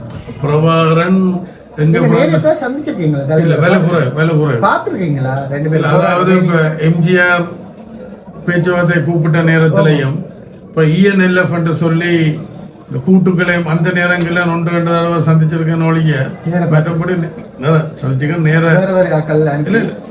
எம்ஜிஆர் எல்லா இயக்கங்களையும் பேச்சுவார்த்தையை கூப்பிடுக்க அந்த நேரத்தில் இப்போ ENLF இல்ல 4 இயக்கங்கள் இருக்குத்தானே, ஈரோஸ், EPRLF, டெலோ, டைகர்ஸ். இந்த 4 இயக்கங்களும் கூட்டாயிருந்த ENLF அந்த நேரங்களில் 1-2 தடவை சந்திச்சது ஒழிய மற்றபடி சந்திப்பு இல்லை. விடுதலை புலிகள் என்ற அமைப்புக்கு துரோகி என்று சொன்னேன். அப்படி ஒரு வரலாறு இருக்கேங்க. உங்களை அரசியல் ரீதியாக வேறு ஏதாவது கட்டமைப்புகள் பலவீனப்படுத்துவதற்கு முயற்சி செய்திருக்கணுமா சார்? அதாவது ஒரு பக்கம் புலி, மற்ற பக்கம் சிங்கமும் புலியும், சிங்கமும் புலியும் மாறி மாறி என்ன முடியாதுதானே. நான் என்னுடைய கொள்கையில் என்னுடைய இதுல நான் ரொம்ப தெளிவா இருக்கிறேன். ஒரு அரசியல் சார் இப்ப சரியான சேலஞ்சஸ் நான் அடிக்கடி சொல்றது, என்னுடைய மக்களுடைய பிரச்சனையை தீர்க்க மட்டும் புலியாலேயோ சிங்கத்தாலேயோ என்ன கொல்ல முடியாது என்று சொல்லி நான் 90ஆம் ஆண்டு கொழும்புல இருந்து சொல்லிக் கொண்டிருக்கிறேன். 90ஆம் ஆண்டு கொழும்புல இருந்து என்ன சொல்றேன், நான் 86ஆம் ஆண்டு மே மாதம் இந்தியாவுக்கு போனேன். அப்புறம் 90 மேலான் வந்தேன். அப்போ 86 மேக்கும் இந்த 90 மேக்கும் விடப்பட்ட காலத்துல இலங்கையில நடந்த நல்ல விடயங்களாயும் இருக்கலாம், கெட்ட விடயங்களாயும் இருக்கலாம். எனக்கும் அதுக்கு எந்த சம்பந்தமும் இல்லை. ஆனா நான் ஒரு தார்மீக பொருட்படுக்கிறேன். என்னென்றால், ஒரு ஆயுத போராட்டத்தினுடைய ஆரம்ப போராளி என்ற வகையில இந்த மக்கள் படுற கஷ்டத்துக்கு நானும் ஒரு வகையில காரணம் என்ற ஒரு தார்மீக பொருட்படுத்தித்தான் நாம் வெளிநாட்டுக்கு போகாமல், இந்த போராட்டம் என்ற வெளிநாட்டுக்கு போகாமல் நான் இங்க என்னுடைய இதை முன்னெடுக்கிறேன். ஏன்னா மக்களுக்கு ஒரு நல்ல ஒரு இதை ஏற்படுத்தி கொடுக்க வேணும். நாங்களுக்கு ஏன்னா சும்மா இருந்த சங்க ஊதிக்கெடுத்தான் ஆண்டி என்ற மாதிரி சங்கன்னைக்கெல்லாம் ஞாபகம் பெறுது. அந்த 22 பேர்ல ஒரு நாடாளுமன்ற உறுப்பினர் அவர் போன முறை சங்கூதி கொண்டு வந்தவர். அவற்ற குடும்பம் எல்லாம் சுவிஸ்ல. அப்ப சுவிஸுக்கு போனா அந்த தமிழ் மக்கள் கேட்பினோம், சுவிஸ் மக்கள், ஏன் இன்னும் தமிழெல்லாம் கிடைக்கல, ஏன் இன்னும் தன்னாடு கிடைக்கல, ஏன் காலதாமதம் என்றால் இந்த பாவி என்ன சொல்லுவார், மக்கள் செத்தது போதாது என்றால் மக்கள் இங்க இருக்கிற அந்த மக்கள் நாங்கள் சேர்ந்த மக்கள் செத்தது போதாதாண்டா. இப்ப இவையெல்லாம் நம்ம சங்கூதி வரைக்கும் மக்களும் அவரு கூட வாக்கி கொஞ்சம் வாக்கு விழுந்ததில்லை. சொல்றேன், கதைக்கு சொல்றேன். இவையல் எல்லாரும் சுயநலனோட சுயநோக்கங்களோட இருக்கிற மொழிய மக்கள் நலன்டா இல்லை. அது சும்மா வாயில உச்சரிக்கிறது தான். அதான் சொன்னேன். இப்ப நான் வெளிநாட்டுக்கு போயிருக்க முடியாதுன்றா இல்லை. மூணு பேர் போயிருக்கணும், என்னால போக முடியாது. என்னால போக முடியும். அடுத்தது மக்கள் பிரச்சனைக்கு தெரிஞ்சோ தெரியாமலோ வந்துட்டோம் போராட்டத்துக்கு. நாங்கள் இந்த இதுக்கெல்லாம் வந்துட்டோம். நாங்கள் இந்த மக்களுக்கு இது நான் வரைக்கும் ஒரு உணர்ச்சி பூர்வம்ன்றதை விட உணர்வு பூர்வமா என்னுடைய பின்னணி இடதுசாரி பாரம்பரியம். என்னோட தாக்குன அது என்ன வளர்த்தவ இதெல்லாம் ஒரு இடதுசாரி பாரம்பரியம் விளங்குதான். ஒரு குணாம்சத்தை பொறுத்து தானே என்னுடைய குணாம்சம். இப்படி குடும்ப வாழ்க்கையில அதுகளுக்கு நான் போக விரும்ப இல்லை. போராட்டத்துக்கு வந்ததாலையா சார்? அது சொல்லலாம் தானே. அது இல்ல, நான் மற்றவர்களுக்கு ஒரு முன்மாதிரியா இருக்கணும்னு யோசிக்கிறேன். இப்போ இபிஎல் இயக்கத்துல அருண் சிகரெட் குடிச்சா தண்ணி அடிச்சால் நல்லா அடி போடுவேன். கொள்றையில் அடிக்கிறது முந்தி சாப்பிட்டது இப்ப குறைவு. மீன் அப்படித்தான் சாப்பிடுறோம், முந்தித்தான் மச்சங்கள் சாப்பிடுறோம். இப்ப இல்ல, எல்லா நேரம் வேட்டி தமிழர்கள் பண்பாட்டு அதான் படுக்கைக்கும் பேட்டி தான், உங்களோட கதைக்கைக்கும் பேட்டி தான், பார்லிமெண்ட்டுக்கு போய்க்கலையும் பேட்டி, ஐக்கிய நாடுகள் சபைக்கு போய்க்கலையும் பேட்டி. அது என்னுடைய உணர்வு சம்பந்தமா அதுக்கு ஒரு கதை சொல்றேன். யாழ் நூலிலையும் இருக்குத்தான். இது உங்களை போட்ட பிரச்சனையா? யாழ் நூலிலையும் இருக்குத்தான். அது 83ஆம் ஆண்டுல இந்த யூஎன்பி அரசாங்கத்துல காங்கிரஸ்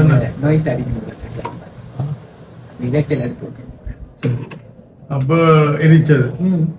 அதுக்கப்புறம் கொஞ்சம் கட்டி அப்படி இப்படி வந்துட்டது. பதம் புனரமைக்க வேணும் இன்னைக்குல பிரபாண்ட பக்கத்திலையும் பிரபானோட அண்டி இருக்க எல்லா தமிழ் கட்சிகளும் இல்லை, அது அழிவினுடைய சின்னமா இருக்க வேணும் என்று நான் சொல்லி போட்டது இல்லை. அது ஆக்கத்தினுடைய சின்னமாக அறிவு, அழிவில்லை, அறிவினுடைய சின்னமா இருக்க வேணும் மட்டும் நான் அண்டைய சொல்லி ஃபைட் பண்ணி அதை கட்டி முடிச்சாச்சு. சரி, அவையில் சொன்னது போல அழிவினுடைய சின்னமா இருக்கணும் விட்டு இருந்தா என்ன நடந்திருக்கும்?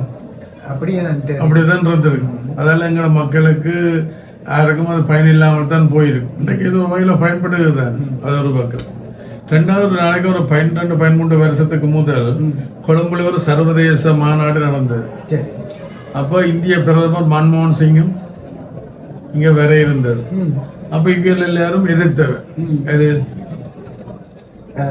மற்ற கட்சி எல்லாம் எதிர்த்தவர் வரக்கூடாது, தங்களுடைய எதிர்ப்பை காட்ட வேணும், பயிஸ்கரிக்க வேணும், இளைஞர் சங்கத்தை காட்ட வேணும். நான் எதிர்பார்த்தேன் அது இங்க வந்தால் எங்கட மக்களுக்கு பல வரப்பிரசாதங்களை கொண்டு வருவேன். எங்களுக்கு கால்நடைகள் கிடைக்கும், வீடுகள் கிடைக்கும், குடிநீர் இது அப்படி கன இதுகள் எல்லாம் கொண்டு வருவார். எங்களுக்கு மக்களுக்கு பிரயோசனமா இருக்க மட்டும் நான் அவையில் இல்லை இல்லை வரக்கூடாது. அவையில நான் கூட நான் ஒரு ஆள் தானே, நாடாளுமன்றத்தில் நான் ஒரு ஆள், அவையிலான் கூட அவர் வரையே இல்லை. அப்ப இங்க யாழ்ப்பாணம் வந்தது 2 வெளிவார அமைச்சர்கள்.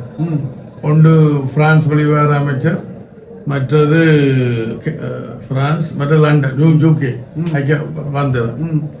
அப்ப இந்த நூல் நிலையத்திலாம் சந்திப்பு படங்கள் எல்லாம் இருக்கு. அவையில தமிழ் தேசிய கூட்டமைப்பை சந்திக்கிறேன். அப்ப அவங்க வந்தவங்க வெக்கதானேங்க கோட்டை இப்படி கலட்டி டை எல்லாம் இது பண்ணி பக்கத்துல போட்டுட்டு கதைக்கிறாங்க. எங்க நாக்களை பார்த்தா கோட்டை சூட்டு. அப்ப இவர் தேசியம் கதைக்கிறவ தங்களை இதை வெளிப்படுத்தி தான் இருக்க வேணும். இப்ப தேசியம்ன்றது தனிய கருத்து மாத்திரமே இல்லை, நட உட பாவன சகலதம் தேசியம் அதில் எல்லாம் அதில் வெளிப்படுத்த வேணும். நம்மட தாப்பனாருக்கும் பண்டா நாயக்காருக்கும் வந்த பிரச்சனையில தான் இந்த தமிழ் கோளர் தமிழாக்கள் இப்படி வட்டமா போடுறோம் தேசிய உடம்பு, சிங்களாக்கள் இப்படி கொஞ்சம் ஒரு இது இது மாதிரி போடுறது. அதுக்கிற தமிழ் எம்பி மேலும் பின்பற்றின விட்டது வேறு. ஆனால் நான் இந்த வட்டை இதோடான் போடுறது இந்த வட்டை. அப்ப இதுல அப்ப அதுல நான் சொன்னது நான் நினைச்சது சரியா இல்ல இவியல் நினைச்சது சரியா? அவர் அன்றைக்கு அந்த கட்டிடத்தை நான் சொல்றேன், அந்த கட்டிடத்தை அன்றைய கட்டி இருக்காட்டால் இன்னும் அதை போய் பயன்படுத்தி இருக்க கூடாது. எல்லாம் எதிர்த்தவ அழிவினுடைய சின்னமா இருக்கணும் சொன்னவ உண்மை அதுக்குள்ள போயிருந்திருக்க கூடாது சொல்ல விளங்க. அப்ப நான் முன்படுத்து வந்தது சரியா அல்ல இவியல் முன்னெடுத்து வந்தது சரியா, எது முன்னோக்கி போகுது என்று டக்ளசவானந்த எடுத்தார். ஆனபடித்தான் நான் மக்கள்கிட்ட கேட்கிறேன், ஏன் இபிடிபிக்கு வாக்களிக்க வேணும்டா? இபிடிபிக்கு வாக்களிச்சு எனக்கு ஒரு 4-5 அரசாங்களை கொடுப்பியலா இருந்தால் என்னால சுண்டி 1-2 வருஷத்துக்கு கன பிரச்சனை தீர்க்க முடியும் சொல்ற விளங்குதான்.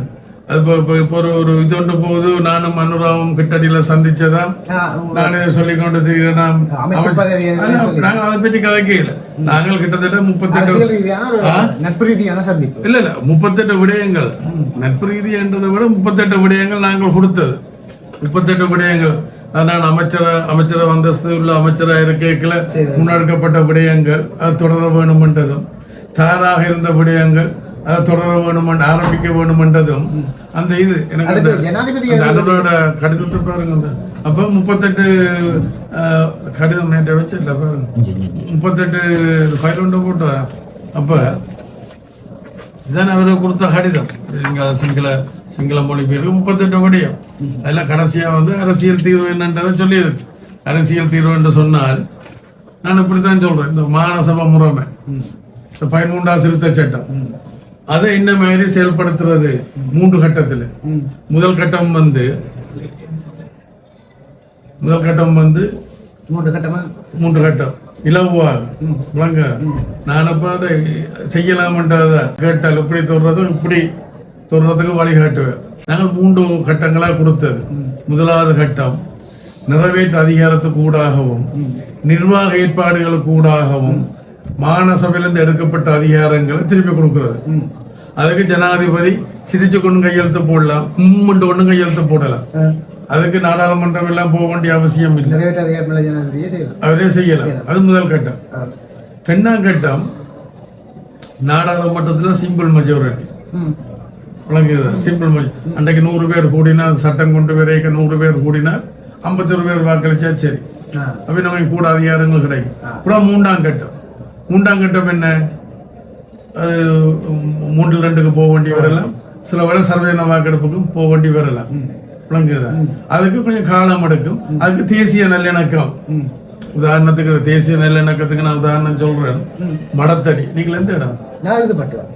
மடத்தடி என்று சொல்லி இந்த மெயின் ரோட்டால போய்க்கலாம். இந்த இங்கிலீஷ் கான்வென்ட் இருக்குது, இங்க டேங்க் இருக்குது, அதுல ஒரு அரச மரம் கொண்டு இருக்குது. அப்ப அந்த அரச மரத்தை கண்ட இவங்களை என்ன செய்வினோம்? அதுல அதுக்கு யாரை கொண்டு வைப்பினோம்? புத்திரத்தை வைப்பினோம். அப்ப அன்றைக்கு இருந்து இங்க ராணுவம் கான்கிரீட் இதை போட்டு அதுக்கு மேல புத்தரை கொண்டு வைக்கிறதுக்கு தயார். எல்லா கட்சிகளும் வந்து ஆவு கொண்டெல்லாம் ஊழ கட்டிக்கணும். நான் ஊழடையில் என்னோட தேசிய நல்லிணக்க அந்த அது கூடாக நான் அணுகினேன்.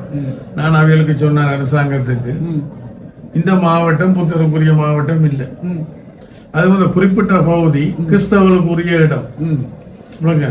அதுக்குத்தான் நாங்கள் இது கொடுக்கணும் என்று சொல்லி நாங்கள் அங்கே தனிநயம் அடியலை. தமிழுக்கும் தொண்டாயிற்றினவர் அவரை கொண்டு அதில் இது சரி, எந்த அணுகுமுறை சரி. இன்னொரு அணுகுமுறையும் சொல்றார், குமாரன் இறந்து போனார். இது சந்திரிக காலகட்டம், சும்மா சில ஞாபகமாக சொல்றேன். சந்திரிக காலகட்டத்தில் அந்த பிரின்ஸ் சார்ல்ஸ், இப்போ அரசனாக வந்துட்டு பிரின்ஸ் சார்ல்ஸ், அப்போ அவர் இலங்கைக்கு வந்துட்டு போய்க்குள்ள ஒரு தற்கொலை குண்டோட்டு வெடிச்சிட்டு நச்சையில தான் படிச்சிருக்க மாட்டேன் நினைக்கிறேன். அப்போ உடனே போலீஸ் எல்லாம் விசாரிச்சு பார்த்து இங்கே அந்த தற்கொலை குண்டுதாரி இருந்தான்னு சொல்லி 3 லொஜஸை சீல் பண்ணி அதில் இருக்கிற ஆக்கெல்லாம் வெளியால் விட்டாச்சு. ஒரு சில பேர் வசதியான ஆக்கள் இங்கே போயிட்டு அவங்க வேறு இடங்களுக்கு போயிட்டு இல்லை, வேறு இடங்களுக்கு போயிட்டு இல்லை, வேறு இடங்களுக்கு. ஆனால் இந்த மிச்சாக்களுக்கு இடம் இல்லை. பட்டி படுக்கைகளோட இந்த காணூரங்கள்லாம் வந்து நிற்கணும். அப்ப எல்லா இயக்கங்களும் போச்சு, எல்லா இயக்கங்களும் இல்ல இல்ல சூடான அறிக்கை தயாரிக்கிறதுக்காண்டி விடக்கூடாது அப்படி இப்படி என்றெல்லாம் அவையிலும் சூடேற்றி அறிக்கையில் தயாரிக்கிற வேலையில அவையில் ஈடுபட்டு இருந்தது. அப்ப நான் பின்னேறும் ஒரு 4-5 மணி போல போனேன். போனா என்ன வந்து வச்சுட்டு நம்ம தரம் காய்ச்சொன்றிருக்கே குமாரண்ணையும் வந்து இறங்கிட்டேன். குமாரண்ணே அது இங்கே கோயிலுக்கு போயிட்டு வந்து ஒரு போர்வ சால்வியோட அப்போ காய்ச்சொன்று இருந்தால் அப்போ நான் அவைகளுக்கு இப்படித்தான் செய்ய வேணுமென்ற ஒரு திட்டத்தை சொல்லிட்டேன். குமாரன் என்ன சொன்னேன், இல்லை குட்ட குடிக்கிறவனும் அடையும் குற்றவனும் அடையும் எல்லாரும் போய் போலீஸ் ஸ்டேஷனுக்கு முன்னால் ஆர்ப்பாட்டம் பண்ணணும். இப்போ நான் சொன்னேன், அந்த நேரத்திலையும் இரவுலையும் போய் 6 மணிக்கு போய் ஆர்ப்பாட்டம் பண்ண அடிப்பான், எல்லாம் சுடுவான், அதை தூக்கி உள்ள போடுவான். அப்போ உங்களுக்கு பிரச்சனையை சுமூகமாக தீர்க்க விருப்பம் என்றால் என்னோட வாங்க, நான் உங்களை அவ்வளோ பேர் 200-300 பேர் கூட்டி கொண்டு போய் உங்களுக்கு இரவு தங்குறதுக்கு இடமும் இரவு சாப்பாடு காலையில் சாப்பாடு எல்லாம் தந்து உங்களுக்கு கௌரவமாக உங்களை செட்டில் பண்ணி விடுறேன். அப்போ குமார்கிட்ட சொன்னார், இல்லை சொன்னார், அது குட்ட அது நீங்கள் தீர்மானிங்க, குமார் அன்னைக்கு பின்னால பொரியல இல்லை எனக்கு பின்னால வேற பொரியல. அப்ப ரஞ்சன் குமார் என்ன நீங்கள் அவரோட போங்க, இல்லை நீங்களும் பெற வேணும். அவர் எனக்கு சொல்ல குமார் என்னையும் அதோட வேற வேணும். எனக்கு அதுல எனக்கு பாடு இல்லை, எனக்கு தெரியும் தான் என்ன நடக்க மாட்டேன். அதுக்கு போய் எனக்கு தெரிஞ்சோட்டே அதுக்கு போகணும். விளங்கு அந்த நேரம் போனவன் அடிப்பான். அப்ப அந்த நேரம் ரொம்ப ஒரு இறுக்கமான நேரம், அடிப்பான் அல்ல சுடுவான் அல்ல ஜெயில போடுவான். நாங்களே அதுக்கு இடம் கொடுக்க வேணும். கஷ்டப்பட்ட மக்களுக்கு மேலும் துன்பங்களை கொடுக்கறதான போம். அப்புறம் அடுத்த நாள் கௌரவமாக கவர்மெண்டோட காய்ச்சோ கௌரவமாக செட் பண்ணி விட்டேன். இப்போ இது நல்லதுன்றதை நான் கேட்குறேன். நிச்சயமா சார். இன்னொரு விடயத்தை இந்த இடத்துல கேட்கணும்னு நினைச்சேன் சார். ஒரு விடயத்துக்கு சரி ஒரு விடய குடிக்கிறதுக்கு எதுவும் கொடுக்கண்டா கொடுங்க. ஒரு விடய பரப்புல சார் நீங்கள் அந்த அந்த பிரச்சனைக்கு வந்து தனிப்பு நடவடிக்கைகள் பற்றி யோசிக்கிறீங்க. இப்போ இந்த போராட்டத்தில் நிறைய பேர் சரியோ பிள்ளையோ அதில் இறந்தவை எங்கட மக்கள்கிட்ட விஷயம் சார்ந்து இப்போ இந்த மாவீரர் தினம் அப்படியான நினைவு தினங்களை அனுஷ்டிக்கிறதுல மக்களுக்கு வந்து அவர்களுக்கு அது ஒரு அது என்ன மாதிரி தூண்டப்படுகிறார்களா இல்லை அவர்களுடைய இதே குடும்பம் அது நீங்க எப்படி பாக்குறீங்க? அந்த விஷயங்கள் கொண்டாடப்பட வேண்டும். என்னுடைய நிலப்பாடு இந்த யுத்தத்துல இறந்த அனைவருக்கும் நாங்கள் ஒரு பொது தினம் ஒன்றை வைக்கவும். நிச்சயமா தனிப்பு தானே நாடாளுமன்றத்துல தனியார் பிரிவினை கொண்டு தமிழ் தேசிய கூட்டமே இப்போ சப்போர்ட் பண்ணி ஓடிட்டாங்க. அப்போ நான் ஒரு ஆள் கொண்டு வந்தா இன்னொரு ஆள் அதை வழிமொழிய விளங்குதுதான். அப்போ அப்புறம் நான் தென்னிலங்கையில் சேர்ந்த ஒரு ஆளை தான் வழிமொழியை விட்டு அதை நிறைவேற்றினார் வந்துதான். அப்புறம் நான் அது அப்படியே நிறைவேற்றினதோட இருக்கு, தனியார் பிரிவினை நிறைவேற்றினதோட இருக்கு. அதாவது என்னுடைய தம்பிய காண இல்ல, என்னோட தங்கச்சி அதுல சேர்த்து எல்லாருக்கும் சேர்த்து தான், எல்லாருக்கும் சேர்த்து தனி அவியல் மாத்திரம் போராடினாண்டு இல்ல தானே எல்லாருக்கும். இந்த யுத்தத்துல இறந்த அனைவருக்கும் ஒரு பொது தினம் அவசியம். அவைகள் தங்களுடைய அந்த இதுகளை வெளிப்படுத்துறதுக்கு, தாங்கள் ஆறுதல் அடைகிறதுக்கு, மனசாந்தி அடைகிறது அவசியம். அது நான் மறுக்கிறேன். அது நான் செய்விக்கிறது. அது மாத்திரமல்ல, இந்த இயக்க தலைவர்களுக்கு கூட நான் சிலை அமைக்கிறேன் சொல்லி இருக்கிறேன். அது வெறுமனே அரசியலுக்காண்டி என்ற இல்லை, அது என்னுடைய உணர்வோட சம்பந்தப்பட்டது. இப்போ பத்மநாபன் சோழர் பத்மநாபன் நான் அதுல இருந்து பிரிஞ்சிட்டேன், அல்ல ஈரோஸ்ல இருந்து பிரிஞ்சிட்டேன். அதுக்காண்டி அவைகளுக்கெல்லாம் நான் சிலை அமைக்க மாட்டேன் இல்லை தானே. அப்ப ஆக்கள் கேட்டுச்சுன்னா பிரபா, எனக்கு அது பிரச்சனை இல்லை. பிரபானுக்கும் அந்த அந்த அந்த பட்டியலுக்குலாம் வேறும் இருக்கிறேன். நான் கேள்விப்பட்டேன் சார், இது சரியா பிள்ளைய தெரியாது. நான் ரோட்டில் 4 பேர் 4 கதை கதைப்பினோம். அந்த 2009 அந்த யுத்தம் கவனிக்கப்பட்டு அந்த தலைவர் அப்படியான ஒரு முடிவில் நீங்கள் கண்கலங்கினதாகவோ அல்லது ஒரு கவலைப்பட்டதாகவோ அந்த மாதிரியோ அல்லது அது உண்மையா சார்?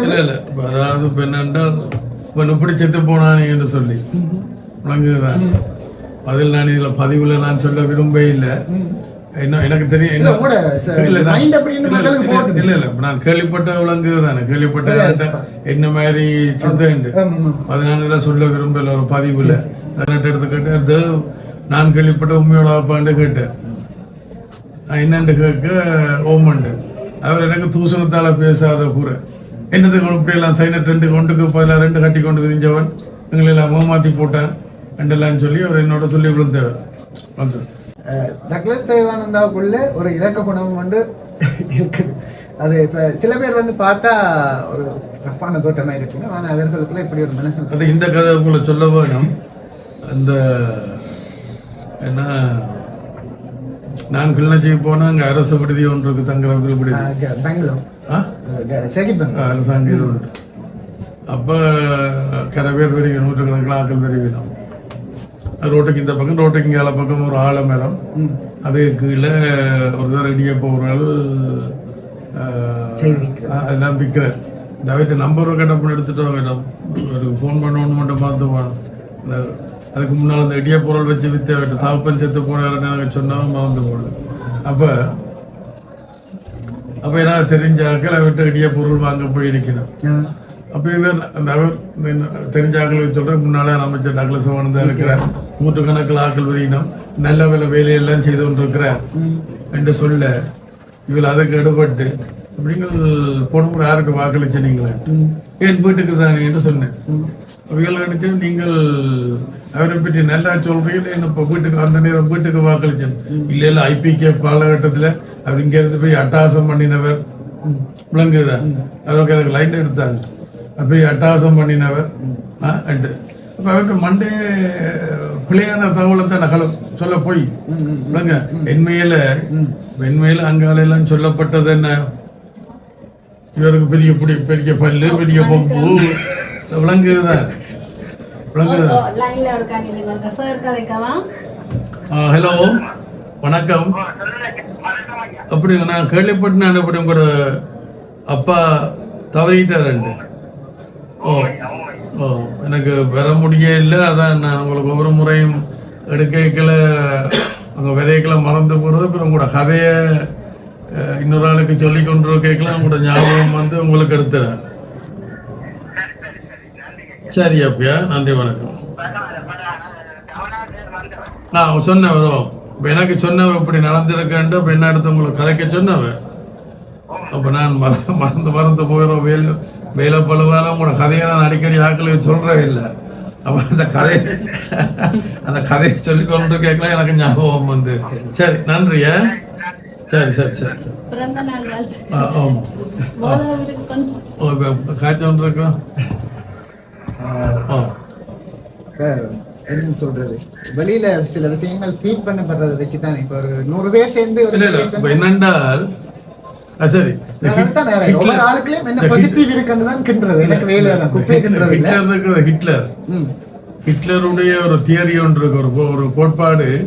ஒரு பொய்யை திருப்பி திருப்பி சொன்னா உண்மையா எடுக்கப்படும்.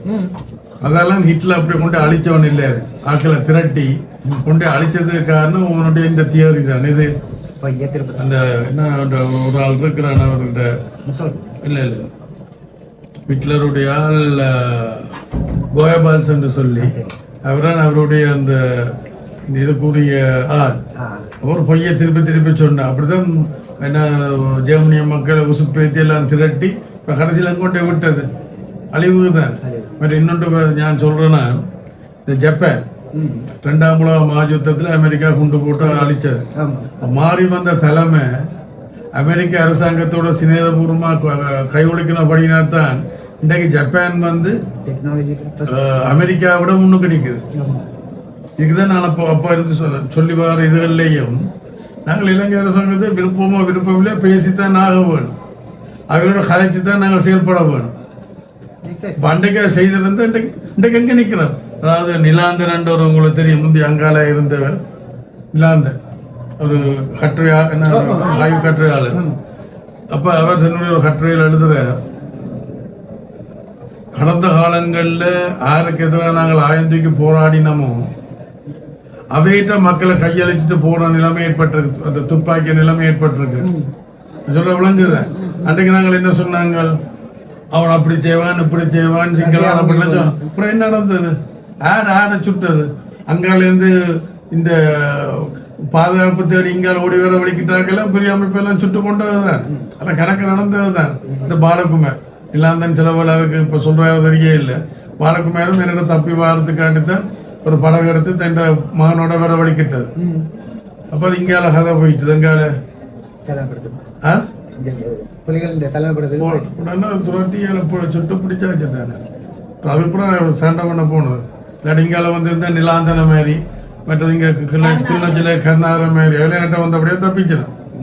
அப்போ நானே கிட்ட சொன்னேன், புலிகிட்டேருந்து உங்களை பாதுகாக்க முடியாது, ஆனால் சிங்கத்திட்டேருந்து நான் உங்களை பாதுகாக்க முடியும். அது பாதுகாத்த விட்டதா சொல்றவங்க கர்நாடகன்னு தெரிஞ்சு அப்போ இங்கே வலிச்சவன்ற இதில் இருக்கிற இன்னும் 2-3 பேர் அப்படி வந்தவன். பாலகுமாரும் அப்படித்தான் பெற வலிக்கிட்டது, அப்படிப்பட்டு போனேன். அந்த வீடியோ கிளிப் உங்களுக்கு தரலாம்.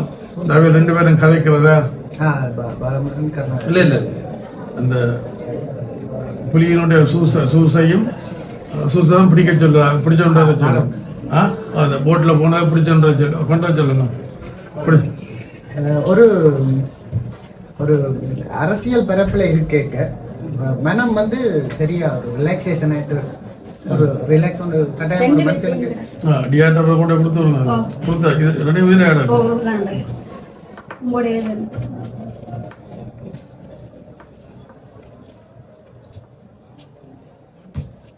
அமைச்சருக்குரிய வாக்கு இந்த நேரத்துல வந்துட்டு இன்றைக்கு எங்களுடைய அமைச்சருக்கு பிறந்த நாள். தமிழ் எந்திரன் யூடியூப் தளம் சார்பாக நான் ஏற்கனவே விஷ் பண்ணிட்டேன், வாழ்த்துக்கள். இந்த இடத்துல ஒரு ரிலாக்ஸேஷனை பற்றி தான் கேட்டேன். ஏன்னா நான் சிலவில் இப்போ இதுகளை தான் யோசிக்கிறது, இவர் இந்த ப்ராப்ளமே இப்படி ஹேண்டில் பண்ணுறாரு. இப்போ உங்களுக்கு நிறைய அழுத்தங்கள் வந்திருக்கும், நிறைய உங்களோட சௌரங்கள் எல்லாம் இருக்குங்க. அதே மாதிரி அரசியல் பரப்பில் எதிர்பார்க்காத சவால்கள், எப்படி ரிலாக்ஸ் பண்றீங்க உங்களை? படத்துல சரி வாங்கல படுத்துறதா இப்போ இதான் என்னுடைய படக்க இது இந்த மாதிரி அதை கொஞ்சம் தள்ளி வச்சுட்டு படுக்கிறது, அதெல்லாம் பிரச்சனை இல்லை. இதுலயே எடுத்துட்டு இல்லை ஒவ்வொரு ஆளும் இந்த தன்னுடைய வாழ்க்கையை எப்படி கொண்டு போறாருன்றதுக்கு மற்ற ஆட்களுக்கு சில பேருக்கு இது உதாரணம் அமையலாம். ஏனென்றால் நிறைய ஆட்களுக்கு இப்போ அழுத்தம் பிரச்சனை இதெல்லாம் யோசிக்கிறோம். ஆனால் இப்படி ஆட்கள் இந்த உதாரணங்கள் எடுக்க அது உங்களுக்கு யாருக்காவது பிரயோசனப்பட்டா யூஸ் பண்ணிக்கொள்ளுங்க. இந்த இடத்துல உங்களுடைய அரசியல் தொடர்ந்து முதலாவதா பாராளுமன்றம் போனது 1900 இல்ல நான் தொடர்ந்து 30 வருஷமா பாராளுமன்றம் தெரிவு செய்யப்படுகிறது. 30 வருஷமா போய் கொண்டிருக்கிறேன். 89ஆம் ஆண்டு ஒரு சந்தர்ப்பம் கிடைச்சது. அப்ப அன்றைக்கு IPKF இங்க இருக்குது. IPKF இங்க இருந்த காலம். அப்ப இந்தியாவுக்கு அப்படியாவது தேர்தலை நடத்தியாக வேணும். மற்றது ஒரு மாவட்டத்தில் தேர்தல் நடக்க இல்லைன்னா நாடாளுமன்றம் கூட முடியாது. அந்த நேரம் இங்கே புலிகளுடைய கலப்பெல்லாம் இருந்ததுதான். அப்போ டிக்சிட்டும் இந்திய தூதுவர் மற்ற இன்றைக்கு வெளிவார அமைச்சராக இருக்கிற ஜெய்சங்கர் இவியலும் புலியையும் ஈரோஸையும் ஒரு பக்கமாக போட்டி போட சொல்லி ஒரு பக்கமாக ஒரு அணியாக போட்டி போட சொல்லி அப்புறம் இங்கால தேசிய தலைவர் அப்பாப்புல அமுதலிங்கத்துடைய தலைமையில் TLF தலைமையில் EPRLF டெலோ ENDLF இதெல்லாம் சேர்த்து விட்டது. அப்போ இவர்களுக்கிடையிலெல்லாம் சீட்டெல்லாம் பிரித்து விட்டாச்சு. அப்போ அமீர் அண்ணா சொன்னார் தான் டக்ளஸ் வளர்ந்தாக்கும் இதில் இடம் கொடுக்க போகிறேன்ட்டு.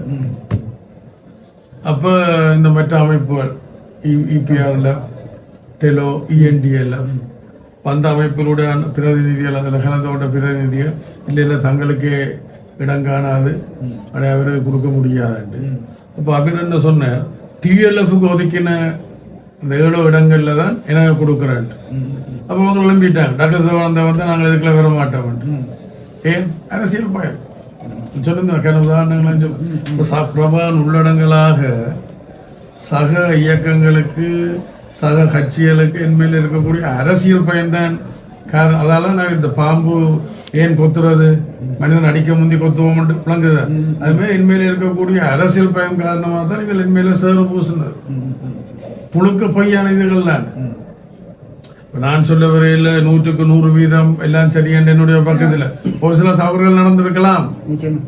அப்படி தவறுகள் நடக்கும் என்று நான் உணர்ந்தால் அல்ல என்ன உணர்த்தினால் நான் ஒரு காலம் நான் பிடிச்ச முயலுக்கு 3 காலம்னு சொல்றதில்லை. அதுக்கு வெளிப்படையாக மன்னிப்பு கேட்கறது அதுக்கு பரிகாரம் காண்றது தான் என்னுடைய குணாம்சம் என்னுடைய இயல்பு. ஆயுத போராட்டமாக இருக்கலாம் தேசிய நீரோட்டத்தில் கலந்து கொண்ட எல்லாமே இருக்கலாம். அதுதான் என்னுடைய இது. நான் பொதுவாக பொய் சொல்றேன்றது விலை குறைவு. கோபத்தில் எல்லாம் பாடிக்கு சொன்ன செடியோலிய மறுபடி பொய் சொல்றேன்றது விலை குறைவு. ஒவ்வொரு ஆளுக்கும் அந்த சவால்கள் பிரச்சனைகள் இந்த உலகத்துல நீங்க எக்ஸ்போஸ் ஆகின விதம்னு சொல்லலாம். ஆங்கிலத்துல உங்களை எப்படி வடிவமைச்சிருக்கு அப்படிதான் இல்ல அனுபவங்கள் எல்லாம் சேர்ந்ததுதான். சின்னல இருக்கிறது இருந்த எல்லாம் தான் எல்லாம் சேர்ந்தா வரும். இளைஞர்களுக்கு ஏதாவது சொல்ல வேணும்னா என்ன சொல்றீங்க? ஏன்னா இல்ல எங்களோட அனுபவங்கள் கணவருக்கு இப்ப நீங்கள் சொன்னது போல வழியால அவள் வந்து ஒரு தவறான ஒரு புரிந்துணர்வுடன் இருக்கணும். EPDP டக்ளஸ் சிவானந்தா சில பேர் சொல்லுவீங்கன்னா டக்ளஸ் சிவானந்தா நல்லவர் அவரோட இருக்கிறாங்களான்னு கூடாது. நான் அதை ஏற்றுக்கொள்ள மாட்டேன். விளங்க பிரபாகண்ட இருக்கும் அதான் சொல்றேன். பிரபாகரன் நல்லவன் அவரோட இருக்கிறார்கள் கூடாதுன்னா நான் ஏற்றுக்கொள்ள மாட்டேன். தலைமை வழியோ குடிக்கலா வழின்றது போல தலைமை தான் அதை வழி நடத்தணும். ஒருக்க அந்த BBC ஆனந்தி செட் பண்ணி தான் பிரபாகண்ட கேள்வியில கேட்கிறார். என்னென்ன கேள்வியில கேட்கிறான்னு சொல்லி போட்டு தான் கேட்கிறார். அப்ப அதுல ஒரு கேள்வி அவ கேட்கிறா பதிவுகள் இருக்குத்தான் கேட்கிறா. அதாவது புலம்பெயர்ந்த நாடுகளுக்கு மக்கள் இடம்பெயர்ந்த செல்லையக்குல உங்களோட புலிகள் இயக்கம் வந்து அந்த வீடுகள் எல்லாத்தையும் அபகரிக்கணுமாமியன்ட்டு. பிரபான் கேட்கணும் அப்படியா அது என்னுடைய நிதித்துறை செயலாளர்கிட்ட கேட்க வேணும். நான் அப்படி பதில் சொல்ல மாட்டேன். அதை கேட்பேன். என்னுடைய பக்கம் நியாயம் இருக்க மாட்டேன். நான் இல்லை இந்த தேவைக்காண்டு தான் எடுத்து எங்களுக்கு தேவை என்று சொல்லியிருப்பேன். இல்லை பிள்ளையாண்டால் நான் அதை திருப்பி கையளிச்சிருப்பேன். அதான் என்னுடைய கரெக்ட். அப்ப இதுல அவர் நல்லவர் அவரோட இருக்கிறார்கள் கூடாது நான் அதை ஏற்றுக்கொள்ள மாட்டேன். நான் இந்த மாதிரி வழி நடத்துறேன் பொறுத்தானே இருக்கு. அந்த தார்மீக பொறுப்பை நான் எடுக்கவும் சூழமாட்டு சம்பவம் கூட எனக்கும் அதுக்கும் நேரடியான சம்பந்தம் இல்லை. ஆனா நான் அதுக்கு ஒரு தார்மீக பொறுப்பு எடுக்கிறேன். சொல்றப்பலாம் சொன்னாங்க அங்கெல்லாம் தேடப்படுறேன் அப்படி இல்லை. என்னோட இது இருக்கிறது அப்படி இல்லை, தேடப்படுற குற்றவாளி என்று சொல்லி எல்லாம் சக தமிழ் கட்சிகள் எல்லாம் சொல்லி கொண்டு தெரிஞ்ச போய் அவையில் இப்படித்தான் இந்த சங்கிலியன் சிலை எடுத்துக்கொள்வோமே, சங்கிலியன் சிலை அப்போ எங்கிட்ட தான் அந்த மாநகர சபை இருந்தது. அப்போ நாங்கள் அதை புனரமைக்க வழிக்கிட்டது. புனரமைக்க வழிக்கிறதுக்கு சுத்தவர இதெல்லாம் கட்டித்தானே செய்வினோம். பொதுவாக அப்படித்தான் நடக்கிறது. அப்போ தேர்தல் அதோட ஒட்டி இந்த தேர்தல் உள்ளூராட்சி மன்ற தேர்தல் பிரச்சாரம் என்ன போது ஆமிக்கு சங்கிலி என்ற வால் இப்படி இருக்கிறது பிடிக்கல, அப்ப கவுட்டு வைக்க போயினோம். வால் கம்பி இருக்கிறத பிடிக்கல, அடைக்க குதிரையில வால் சங்கிலி என்ற சங்கிலி என்ற வால் இப்படி இருக்கிறத பிடிக்கலையா மாமிக்கு, இங்கால பின்னால குதிரையில வால் அப்படி எழுப்பி இருக்க பொய்யான இது புத்தரை கொன்ற போய் என்ன மண்டெல்லாம் சொல்லி பிரச்சாரம் என்ன நடந்தது. அந்த சங்கிலியம் தான் புறமைக்கப்பட்டதில் இருக்கிற இது முந்தினதை விட பொலிவோட இருக்கிறாரா அல்ல. இங்க மணிக்கூட்டு போகிறத சுத்தி 3 முன்னாள் தலைவர்களை முன்னாள் அரசர்களை வச்சிருக்கத்தான். அந்த நேரத்துல என்ன நடக்கிறது, அந்த நேரத்துல அவையோட பேரோட போனாலே பிடிபடுற நிலைமை இருந்தது. நாங்கள் கட்டைக்கிழங்கிற தேசிய நல்லிணக்கம் இது விளங்குதா தமிழ் தேசியத்துக்கு தமிழ் தேசியம் என்ன எனக்கு விளங்கல. என்னத்தை சொல்லி நான் தமிழ் தேசியம் என்னன்னு விளங்கப்படுத்தட்டும். நான் சொல்ற தேசியம் இதுதான் மனிதநேயம். அதில் பிரதான் தேசியத்தில் மனிதநேயம் பிரதான்.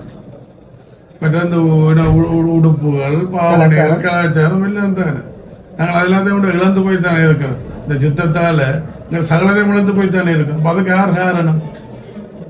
ரசிங்களா ராணுவமா காரணம் இல்லை. நாங்கள் ஆயுதம் தூக்கினார். ஜேபிக்கு என்ன நடந்த ஜேபி 100% சிங்களாக்கள் படையில 100%. ஜேபிக்கு என்ன நடந்தது? அரசாங்கத்துக்கு எதிராக ஆயுதம் தூக்கினா இதான் நடக்கும். சிஸ்டம் அது அப்படித்தான் செய்யும். அரசாங்கத்துக்கு எதிராக ஆயுதம் தூக்கினா அதான் நடக்கும். இந்தியா இருக்கலாம், இந்த நாடா இருக்கலாம், அது விதிவிலக்கா இருக்க முடியாது. அப்ப நாங்கள் என்ன குணங்களை அடிக்கிறான் கொள்றான்டா அது எங்கிற பிள்ளைதான். அதனால இப்போ நானுங்க பனாக்குடையில் டிடென்ஷன் பேரக்ஸில் இருந்தது. வழியால் பிரச்சனைண்டா எங்களுக்கு உள்ளுக்கு நல்லா அடி விடும் பிளங்குது தான். அப்போ ஒருக்கா அந்த முன்னுக்கு அந்த நாச்சார இது மாதிரி இருக்கு. நாச்சாரம் மட்டும் தண்ணி மழை பெஞ்சா தண்ணி இவ்வளவுதான் நிற்கும். இந்த நாச்சார் வீடு இல்லை நாச்சாரம் இந்த ஜெயில் இந்த நாச்சாரம் மாதிரி தான் இருக்கும். நடுவில் இப்படி ஒரு சதை இருக்கும். அதில் இவ்வளவு தான் தண்ணிக்கு அந்த இடத்துல மழை பெஞ்சால் அது என்ன நடக்கிற என்னென்றால் இந்த கண்டாவளம் என்று சொல்லி செல்லும். அதுக்கு மேலே இது இருக்கும். தண்ணி மழை பெஞ்சா இவ்வளோ இருக்கும். அப்போ அவன் இப்போ இருக்கிறான்னு தெரியல. இப்போ லெப்டினன்ட் பேர் தனியாக போட்டு வருவாங்க. முஸ்பாத்தியான வந்தவன எங்களை சொன்ன உடுப்பெல்லாம் கலட்டு நீந்த ஒன்றுலாம் அப்போ எங்க அப்போ உடுப்பெல்லாம் கலட்டு போட்டு நாங்கள் நிற்போம். அப்போ எங்கிட்ட இருக்கிறார்கள் எல்லாரும் சொல்றது யாரும் ஃபாஸ்டா போகக்கூடாது, எல்லாம் ஒற்றை அளவா உடம்பெல்லாம் இருந்தாங்க. அவனுக்கு அடிக்க ஃபாஸ்டா நீச்சல் அடிக்கிற மாதிரி செய்ய பார்க்கணும். எங்கட இதில் இப்போ பிறந்த நாயன் எல்லாம் என்னோட இருந்த அந்த பிறந்த நாயனோட ENTLF தலைவராக இருக்குது. அப்போ எல்லாம் ஒரு வரையில தான் எல்லாருக்கும் சொல்றது இதில் யாரும் அவனுக்கு இதை காட்டணும்ன்றதுக்காண்டி வேகமாக போகக்கூடாது, எல்லாம் இதாகத்தான் போகணும். அப்படி உங்களுடைய சின்னத்தையும் உங்களுடைய விருப்பிலக்கத்தையும் உங்களுடைய பார்வையாளர்களுக்கு சொல்லுங்க. என்னுடைய சின்னம் வீண சின்னம். என்னுடைய விருப்பு இலக்கம் 1 2 3 4 5 6 7 8 9 எல்லாத்தையும் சொல்றீங்க. 9 தானே. நான் கட்சியினுடைய தலைவர் என்றால் 9 பேரும் தானே சொல்ல வரும். அவையல் விரும்பினத்துக்கு வாக்களிக்கிறார். ஆனால் எனக்கு வீணைக்கு நீங்கள் புள்ளடி போடணும்ன்றது, வீணைக்கு புள்ளடி போட்டு கூடின வாக்குகளையும் கூடின ஆசனங்களையும் தர வேணுமென்று இந்த முறை நாங்கள் 10 நிர்வாக மாவட்டத்தில் போட்டி போடுறோம். அப்போ 4லேருந்து 5 ஆசனங்களை எதிர்பார்க்கலாம். கொழும்புல போட்டி போடுறவங்களுக்கு தெரியும். களத்துறை கம்பாவிலையும் நாங்கள் வேட்புமனு தாக்கல் செய்ய யோசிச்சது, நாங்கள் நேரம் கிடைக்க இல்லை. ஏன்னா எங்கள் தேசிய நல்லிணக்கத்தை வெளிப்படுத்துறதும் அந்த பிரதேசத்தில் இருக்கிற மக்கள் எங்கிட்ட கேட்டுக்கொண்டதும் சில போல அதுகள் எங்களுக்கு தேசிய பட்டியலில் உதவலாம். எங்களோட கஜேந்திரனுக்கு என்ன கஜேந்திரன் இந்த ஒரு சில்லு 2 சைக்கிள் இருக்கிற கட்சி இருக்குது. ஒரு சில்லு 2 சைக்கிள் அவருக்கு கிடைச்சது கிழக்கு மாநிலத்தில் கிடைச்ச வாக்கு. உண்மையாக என்ன செய்திருக்க வேணும், கிழக்கு மாகாணத்தில் அந்த பிரதிநிதித்துவம் கொடுத்திருக்க வேணும். ஆனால் அவர்கள் தாங்களே எடுத்துக்கொண்டுச்சோம். அதால பிள்ளைக்கு பிள்ளையார் வந்து யாழ்ப்பாணி என்று சொல்லி வில்படுற பிள்ளைகள் தானே. எங்களுக்கு அங்கால கிடைச்சால் அங்கால இருக்கிறவர்களுக்கு தான் கொடுக்க வேணும். இது கிழக்கு மாகாணத்தில் எங்களுக்கு ஆசனங்கள் கிடைக்க இல்லை, தேசிய பட்டியலுக்கு இடம் கிடைச்சா கிழக்கு மாகாணத்தை சேர்ந்தவர்களுக்கு தான் நான் கொடுக்க வேணும். இந்த இடத்துல ஒரு வித்தியாசமான நேர்காணலாக இருக்கும் என்று நான் நினைக்கிறேன். இந்த அரசியல் பரப்பில் ஒரு மூத்த ஆளுமை 30 years அவர் பார்லிமெண்ட் போகிறார். அவரை நேர்காணல் செய்யணும் என்று நான் நினைச்சேன்னா, நீங்கள் இதுவரைக்கும் கேள்விப்படாத வித்தியாசமான கொஸ்டின்ஸை நான் கேட்டேன்னா, ஜஸ்ட் இந்த காணொலி ஆரம்பத்தில் இருந்து பார்த்தாக்களுக்கு தெரியும் டக்கண்டு ஒரு முடிவுக்கு வர முடியாது. ஒருத்தருக்கு பின்னால் என்னென்ன விஷயங்கள் நடந்து இந்த கட்டத்தில் வந்திருக்கார் என்றதை நான் வெளிப்படுத்தணும் நினைச்சேன்னா, நீங்கள் என்னவும் சொல்லலாம், கருத்துடலாம், எனக்கு அதை பற்றி பிரச்சனை இல்லை, எனக்கு நான் யாருன்னு தெரியும். என்ற வேலையே தான் ஒரு ஆள் இருக்கிற பாசிட்டிவ் இருக்குன்றது என்ன நிறைய பேர் இருக்கின்றனர்.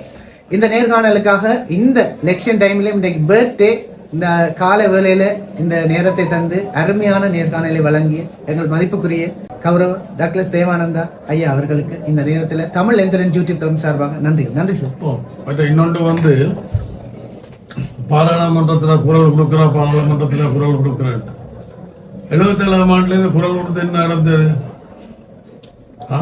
வயலுக்கு குரல் கொடுக்குறேன் அப்படித்தான் கௌரவ சபாநாயகரை என்று பேசினோம். வயல் மனதில் என்ன இருக்கும்? கௌரவ வீரேஸ்வரி நிருபர் அவர்களே, கௌரவ தினக்குரல் நிருபர் அவர்களே, கௌரவ யூடியூப்காரர்களே என்ன அவர் இது வந்து பிரச்சனை தீர்க்கவே இல்லை. அங்கே நாடாளுமன்றத்தில் கூக்குரல் இருந்ததோடய அங்கே குரல் கொடுக்குறா இல்லை. குரல் கொடுத்து அங்கே பிரச்சனை இதுவரை எனக்கு தீர்ந்ததாக தெரிய இல்லை. விளங்குதுதான் தேசிய நல்லிணக்கம் கூட. அதாவது இவர்கள் இப்படியெல்லாம் முசுப்பேத்துற மாதிரி கதை கேட்கல, அங்கே பிரச்சனை தீர்க்கிறதுக்கான சாத்தியம் இல்லை தான். இதுதான் வேண்டியது. பாராளுமன்றத்தில் குரல் கொடுக்குறாண்டா இதுதான் தங்களோட வாக்கு பலத்தை பாதுகாக்கிறதுக்காண்டி, வாக்கு பலத்தை அபகரிக்கிறதுக்காண்டி தான் கூக்குரல் இல்லை, குரல் கொடுக்குற இல்லை, கூக்குரல் இல்லை. நன்றி.